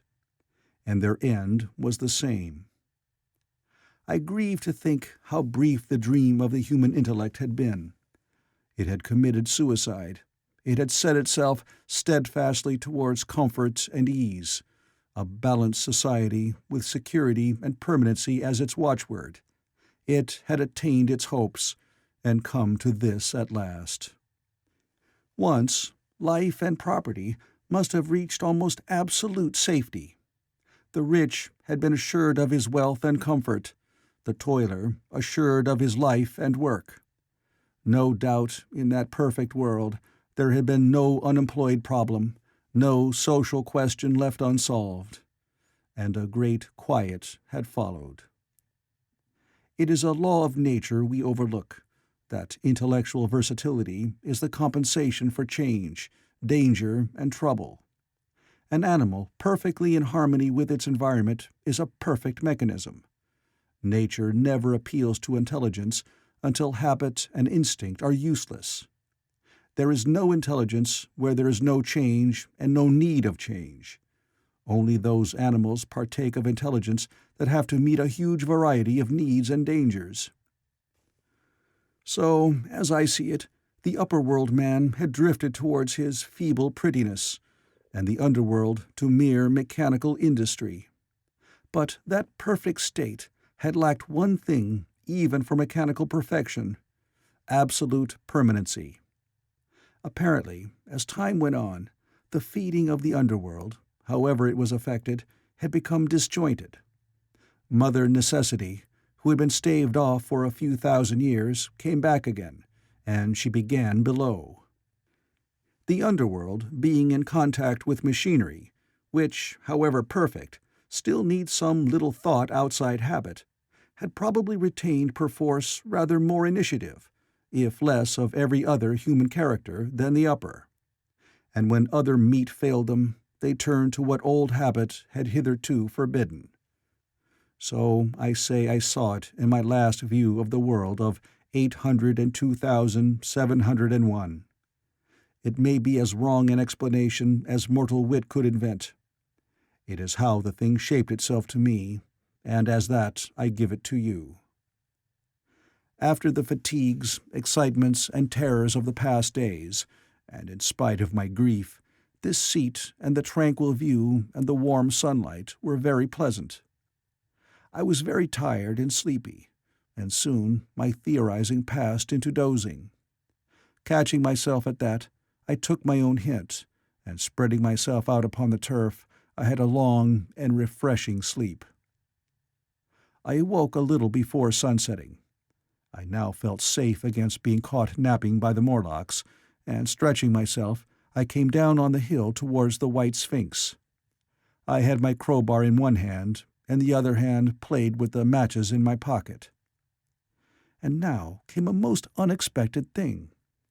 As I approached the pedestal of the Sphinx, I found the bronze valves were open. They had slid down into grooves. At that, I stopped short before them, hesitating to enter. Within was a small apartment, and on a raised place in the corner of this was the time machine. I had the small levers in my pocket. So here, after all my elaborate preparations for the siege of the White Sphinx, was a meek surrender. I threw my iron bar away, almost sorry not to use it. A sudden thought came into my head as I stooped towards the portal. For once, at least, I grasped the mental operations of the Morlocks. Suppressing a strong inclination to laugh, I stepped through the bronze frame and up to the time machine. I was surprised to find it had been carefully oiled and cleaned. I have suspected since that the Morlocks had even partially taken it to pieces while trying in their dim way to grasp its purpose. Now, as I stood and examined it, finding a pleasure in the mere touch of the contrivance, the thing I had expected happened. The bronze panel suddenly slid up and struck the frame with a clang. I was in the dark, trapped. So the Morlocks thought, and at that I chuckled gleefully. I could already hear their murmuring laughter as they came towards me. Very calmly, I tried to strike the match. I had only to fix on the levers and depart then like a ghost. But I had overlooked one little thing. The matches were of that abominable kind that light only on the box. You may imagine how all my calm vanished. The little brutes were close upon me. One touched me. I made a sweeping blow in the dark at them with the levers and began to scramble into the saddle of the machine. Then came one hand upon me, and then another. Then I had simply to fight against their persistent fingers for my levers, and at the same time feel for the studs over which these fitted. One, indeed, they almost got away from me. As it slipped from my hand, I had to butt in the dark with my head. I could hear the Morlock's skull ring to recover it. It was a nearer thing than the fight in the forest, I think, this last scramble. But at last the lever was fitted and pulled over. The clinging hand slipped from me. The darkness presently fell from my eyes. I found myself in the same grey light and tumult I have already described. End of Chapter 10. Chapter 11. I have already told you of the sickness and confusion that comes with time traveling, and this time I was not seated properly in the saddle, but sideways and in an unstable fashion. For an indefinite time I clung to the machine as it swayed and vibrated, quite unheeding how I went, and when I brought myself to look at the dials again, I was amazed to find where I had arrived. One dial records days, and another thousands of days, another millions of days, and another thousands of millions. Now, instead of reversing the levers, I had pulled them over so as to go forward with them, and when I came to look at these indicators, I found that the thousands hand was sweeping round as fast as the seconds hand of a watch, into futurity. As I drove on, a peculiar change crept over the appearance of things. The palpitating grayness grew darker. Then, though I was still traveling with prodigious velocity, the blinking succession of day and night, which was usually indicative of a slower pace, returned, and more marked. This puzzled me very much at first. The alternations of night and day grew slower and slower, and so did the passage of the sun across the sky, until they seemed to stretch through centuries. At last, a steady twilight brooded over the earth, a twilight only broken now and then when a comet glared across the darkling sky. The band of light that had indicated the sun had long since disappeared, for the sun had ceased to set. It simply rose and fell in the west, and grew ever broader and more red. All trace of the moon had vanished. The circling of the stars, growing slower and slower, had given place to creeping points of light. At last, some time before I stopped, the sun, very red and very large, halted motionless upon the horizon, a vast dome glowing with a dull heat, and now and then suffering a momentary extinction. At one time it had for a little while glowed more brilliantly again, but it speedily reverted to its sullen red heat. I perceived by this slowing down of its rising and setting that the work of the tidal drag was done. The earth had come to rest with one face to the sun, even as in our own time the moon faces the earth. Very cautiously, for I remembered my former headlong fall, I began to reverse my motion. Slower and slower went the circling hands, until the thousands one seemed motionless, and the daily one was no longer a mere mist upon its scale. Still slower until the dim outlines of a desolate beach grew visible. I stopped very gently and sat upon the time machine looking round. The sky was no longer blue. Northeastward it was inky black, and out of the blackness shone brightly and steadily the pale white stars. Overhead it was a deep Indian red, and starless, and southeastward it grew brighter to a glowing scarlet, where, cut by the horizon, lay the huge hull of the sun, red and motionless. The rocks about me were of a harsh reddish color, and all the trace of life that I could see at first was the intensely green vegetation that covered every projecting point on their southeastern face. It was the same rich green that one sees on forest moss, or on the lichen in caves, plants which, like these, grow in a perpetual twilight. The machine was standing on a sloping beach. The sea stretched away to the southwest, to rise into a sharp bright horizon against the wan sky. There were no breakers and no waves, for not a breath of wind was stirring. Only a slightly oily swell rose and fell like a gentle breathing, and showed that the eternal sea was still moving and living. And along the margin, where the water sometimes broke, was a thick incrustation of salt, pink under the lurid sky. There was a sense of oppression in my head, and I noticed that I was breathing very fast. The sensation reminded me of my only experience of mountaineering, and from that I judged the air to be more rarefied than it is now. Far away up the desolate slope, I heard a harsh scream, and saw a thing like a huge white butterfly go slanting and flittering up into the sky, and circling, disappear over some low hillocks beyond. The sound of its voice was so dismal that I shivered and seated myself more firmly upon the machine. Looking round me again, I saw that, quite near, what I had taken to be a reddish mass of rock was moving slowly towards me. Then I saw the thing was really a monstrous crab-like creature. Can you imagine a crab as large as yonder table, with its many legs moving slowly and uncertainly, its big claws swaying, its long antennae, like carters' whips, waving and feeling, and its stalked eyes gleaming at you at either side of its metallic front? Its back was corrugated and ornamented with ungainly bosses, and a greenish incrustation blotched it here and there. I could see the many palps of its complicated mouth flickering and feeling as it moved. As I stared at this sinister apparition crawling towards me, I felt a tickling on my cheek, as though a fly had lighted there. I tried to brush it away with my hand, but in a moment it returned, and almost immediately came another by my ear. I struck at this and caught something thread-like. It was drawn swiftly out of my hand. With a frightful qualm I turned, and saw that I had grasped the antenna of another monster crab that stood just behind me. Its evil eyes were wriggling on their stalks, its mouth was all alive with appetite, and its vast ungainly claws, smeared with an algal slime, were descending upon me. In a moment my hand was on the lever, and I had placed a month between myself and these monsters.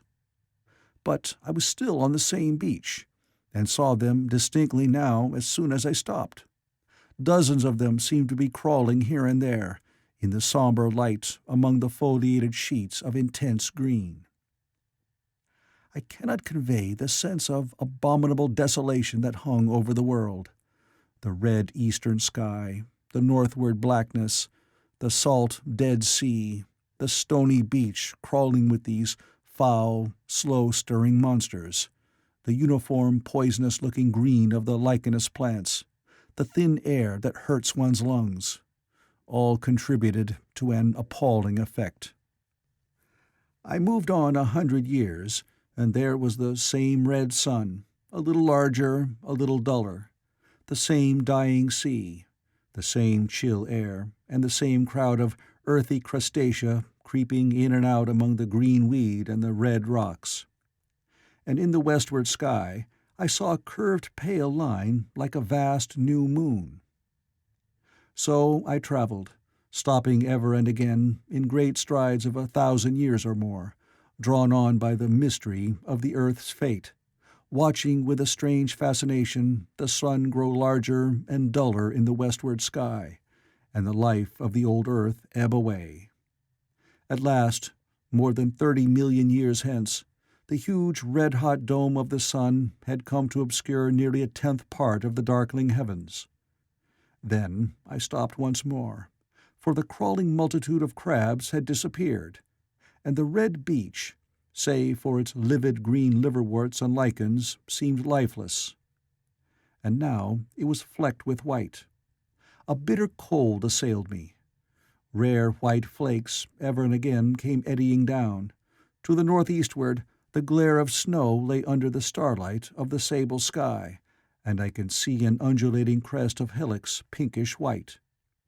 There were fringes of ice among the sea margin, with drifting masses further out, but the main expanse of that salt ocean, all bloody under the eternal sunset, was still unfrozen.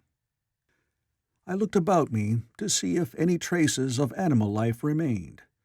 A certain indefinable apprehension still kept me in the saddle of the machine. But I saw nothing moving, in earth or sky or sea. The green slime on the rocks alone testified that life was not extinct. A shallow sandbank that appeared in the sea and the water had receded from the beach. I fancied I saw some black object flopping about upon this bank, but it became motionless as I looked at it, and I judged that my eye had been deceived, and that the black object was merely a rock. The stars in the sky were intensely bright, and seemed to me to twinkle very little. Suddenly I noticed that the circular westward outline of the sun had changed, that a concavity, a bay, had appeared in the curve. I saw this grow larger. For a minute, perhaps, I stared aghast at this blackness that was creeping over the day, and then I realized that an eclipse was beginning. Either the moon or the planet Mercury was passing across the sun's disk. Naturally, at first I took it to be the moon, but there is much to incline me to believe that what I really saw was the transit of an inner planet passing very near to the earth. The darkness grew apace. A cold wind began to blow in freshening gusts from the east, and the showering white flakes in the air increased in number. From the edge of the sea came a ripple and whisper. Beyond these lifeless sounds, the world was silent. Silent? It would be hard to convey the stillness of it. All the sounds of man, the bleating of sheep, the cries of birds, the hum of insects, the stir that makes the background of our lives, all that was over. As the darkness thickened, the eddying flakes grew more abundant, dancing before my eyes, and the cold of the air more intense. At last, one by one, swiftly, one after the other, the white peaks of the distant hills vanished into blackness. The breeze rose to a moaning wind. I saw the black central shadow of the eclipse sweeping towards me. In another moment the pale stars alone were visible. All else was rayless obscurity. The sky was absolutely black. A horror of this great darkness came on me. The cold that smote to my marrow and the pain I felt in breathing overcame me. I shivered, and a deadly nausea seized me. Then, like a red-hot bow in the sky, appeared the edge of the sun. I got off the machine to recover myself. I felt giddy and incapable of facing the return journey.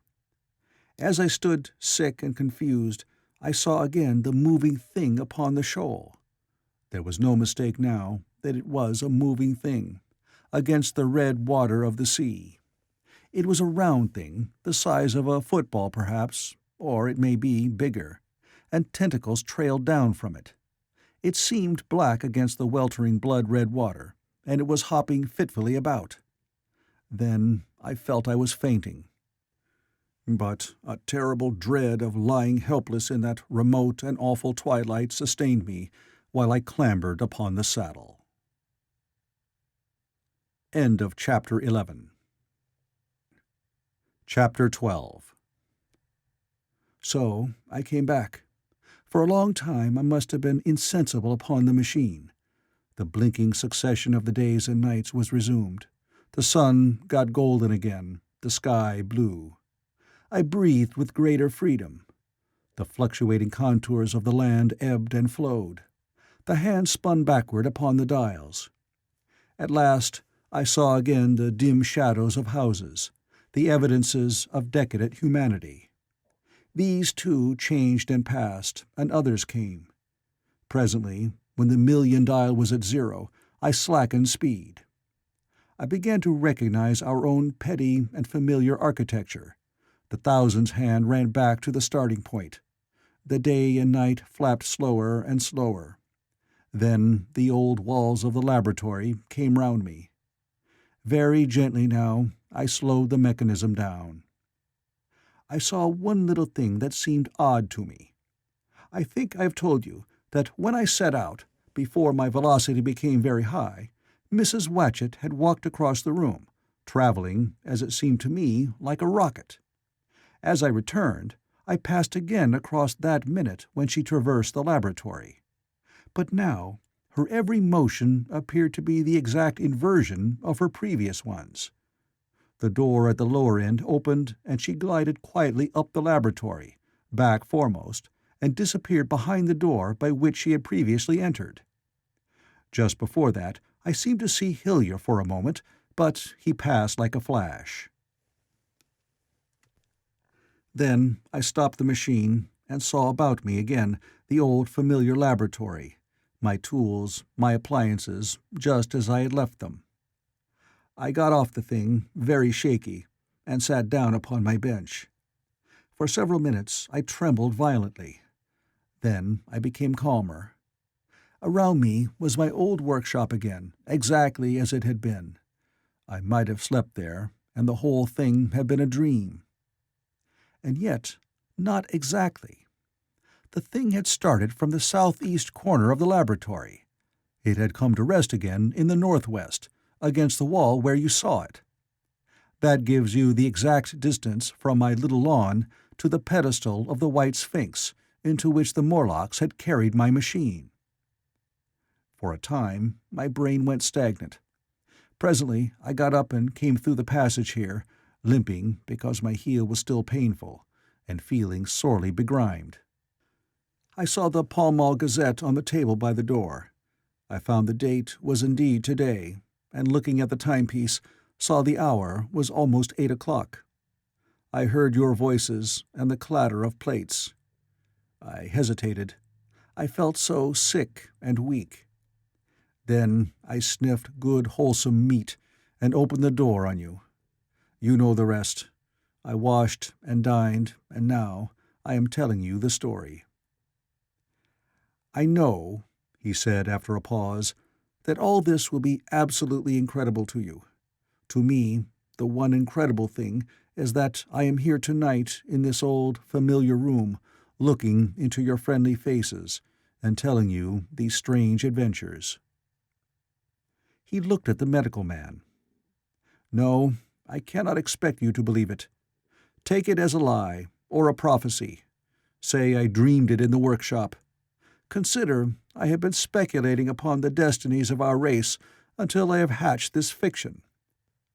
Treat my assertion of its truth as a mere stroke of art to enhance its interest.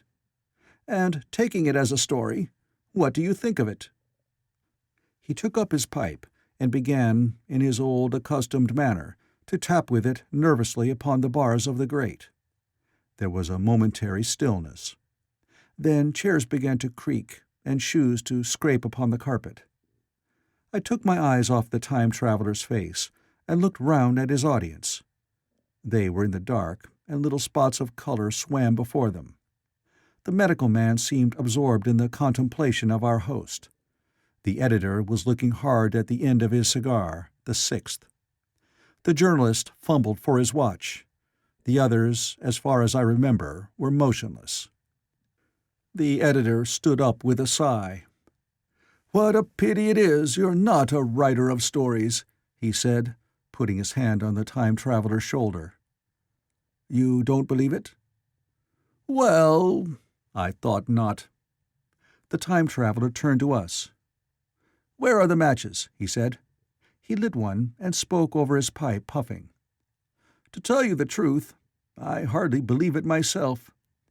And yet—" His eye fell with a mute inquiry upon the withered white flowers upon the little table. Then he turned over the hand holding his pipe, and I saw he was looking at some half-healed scars on his knuckles. The medical man rose, came to the lamp, and examined the flowers. "The gynaeceum's odd," he said. The psychologist leaned forward to see, holding out his hand for a specimen. "I'm hanged if it isn't 1:15, said the journalist. "How shall we get home?" "Plenty of cabs at the station," said the psychologist. "It's a curious thing," said the medical man, "but I certainly don't know the natural order of these flowers. May I have them?" The time-traveler hesitated. Then suddenly, "Certainly not." "Where did you really get them?" said the medical man. The time-traveler put his hand to his head. He spoke like one who was trying to keep hold of an idea that eluded him.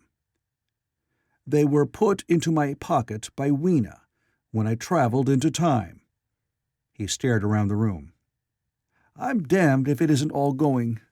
This room, and you, and the atmosphere of every day is too much for my memory. Did I ever make a time machine, or a model of a time machine? Or is it all only a dream?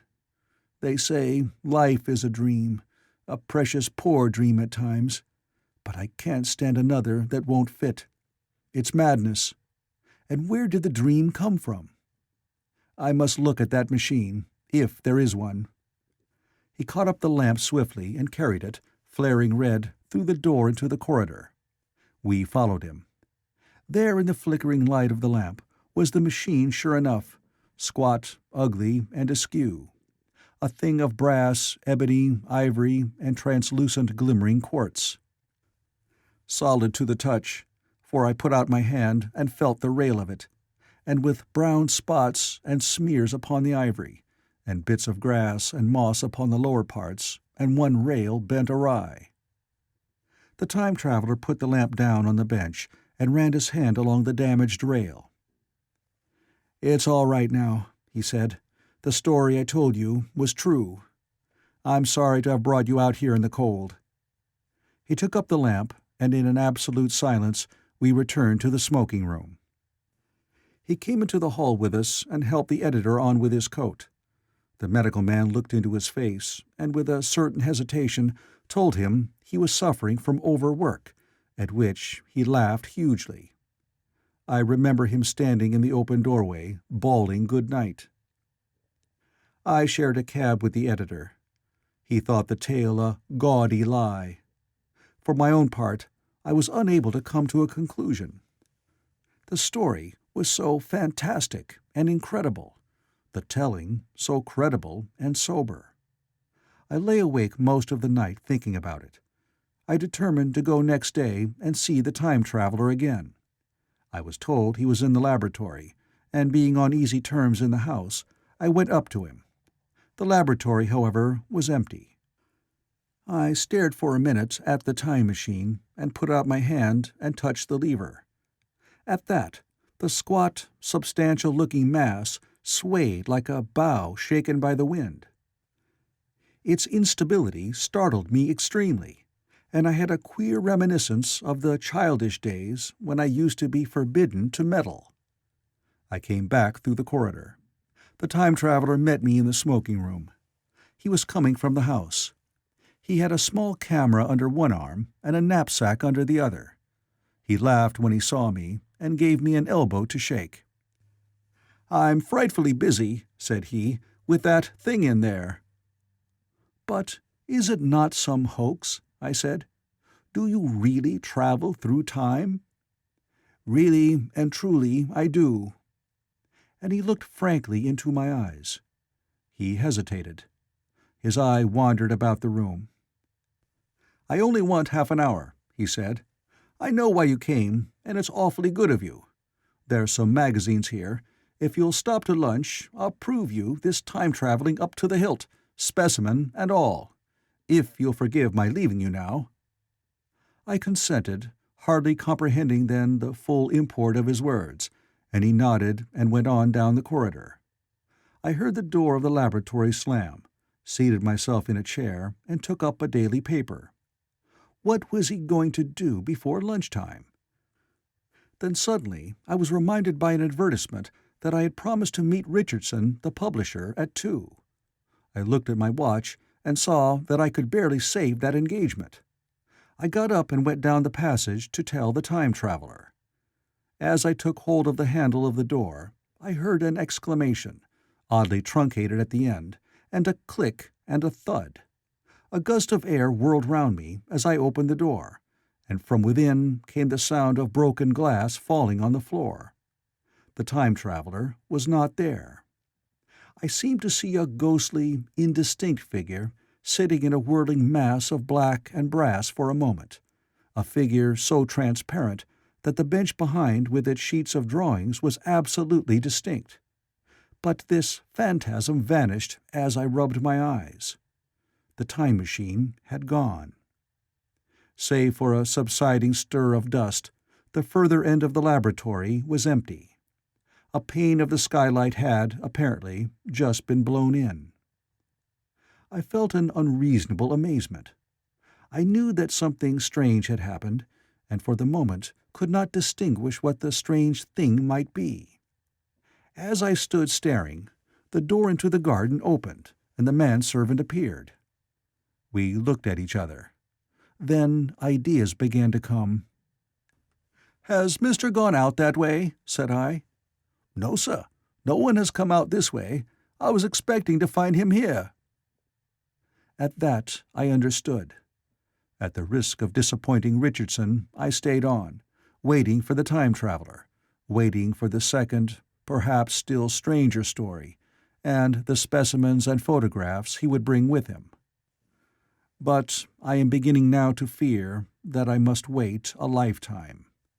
The time traveler vanished 3 years ago, and, as everybody knows now, he has never returned. Epilogue. One cannot choose but wonder, will he ever return? It may be that he swept back into the past, and fell among the blood-drinking, hairy savages of the age of unpolished stone, into the abysses of the Cretaceous Sea, or among the grotesque saurians, the huge reptilian brutes of the Jurassic times.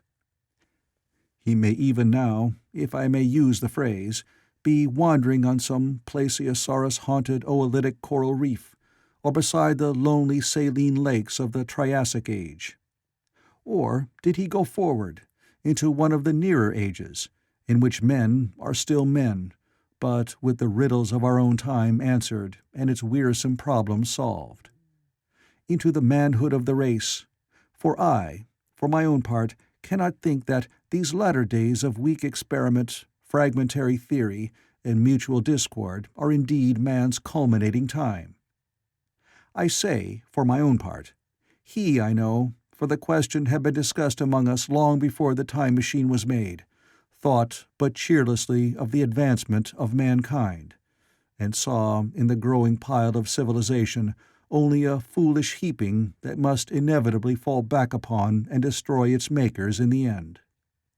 If that is so, it remains for us to live as though it were not so. But to me, the future is still black and blank, is a vast ignorance, lit at a few casual places by the memory of his story.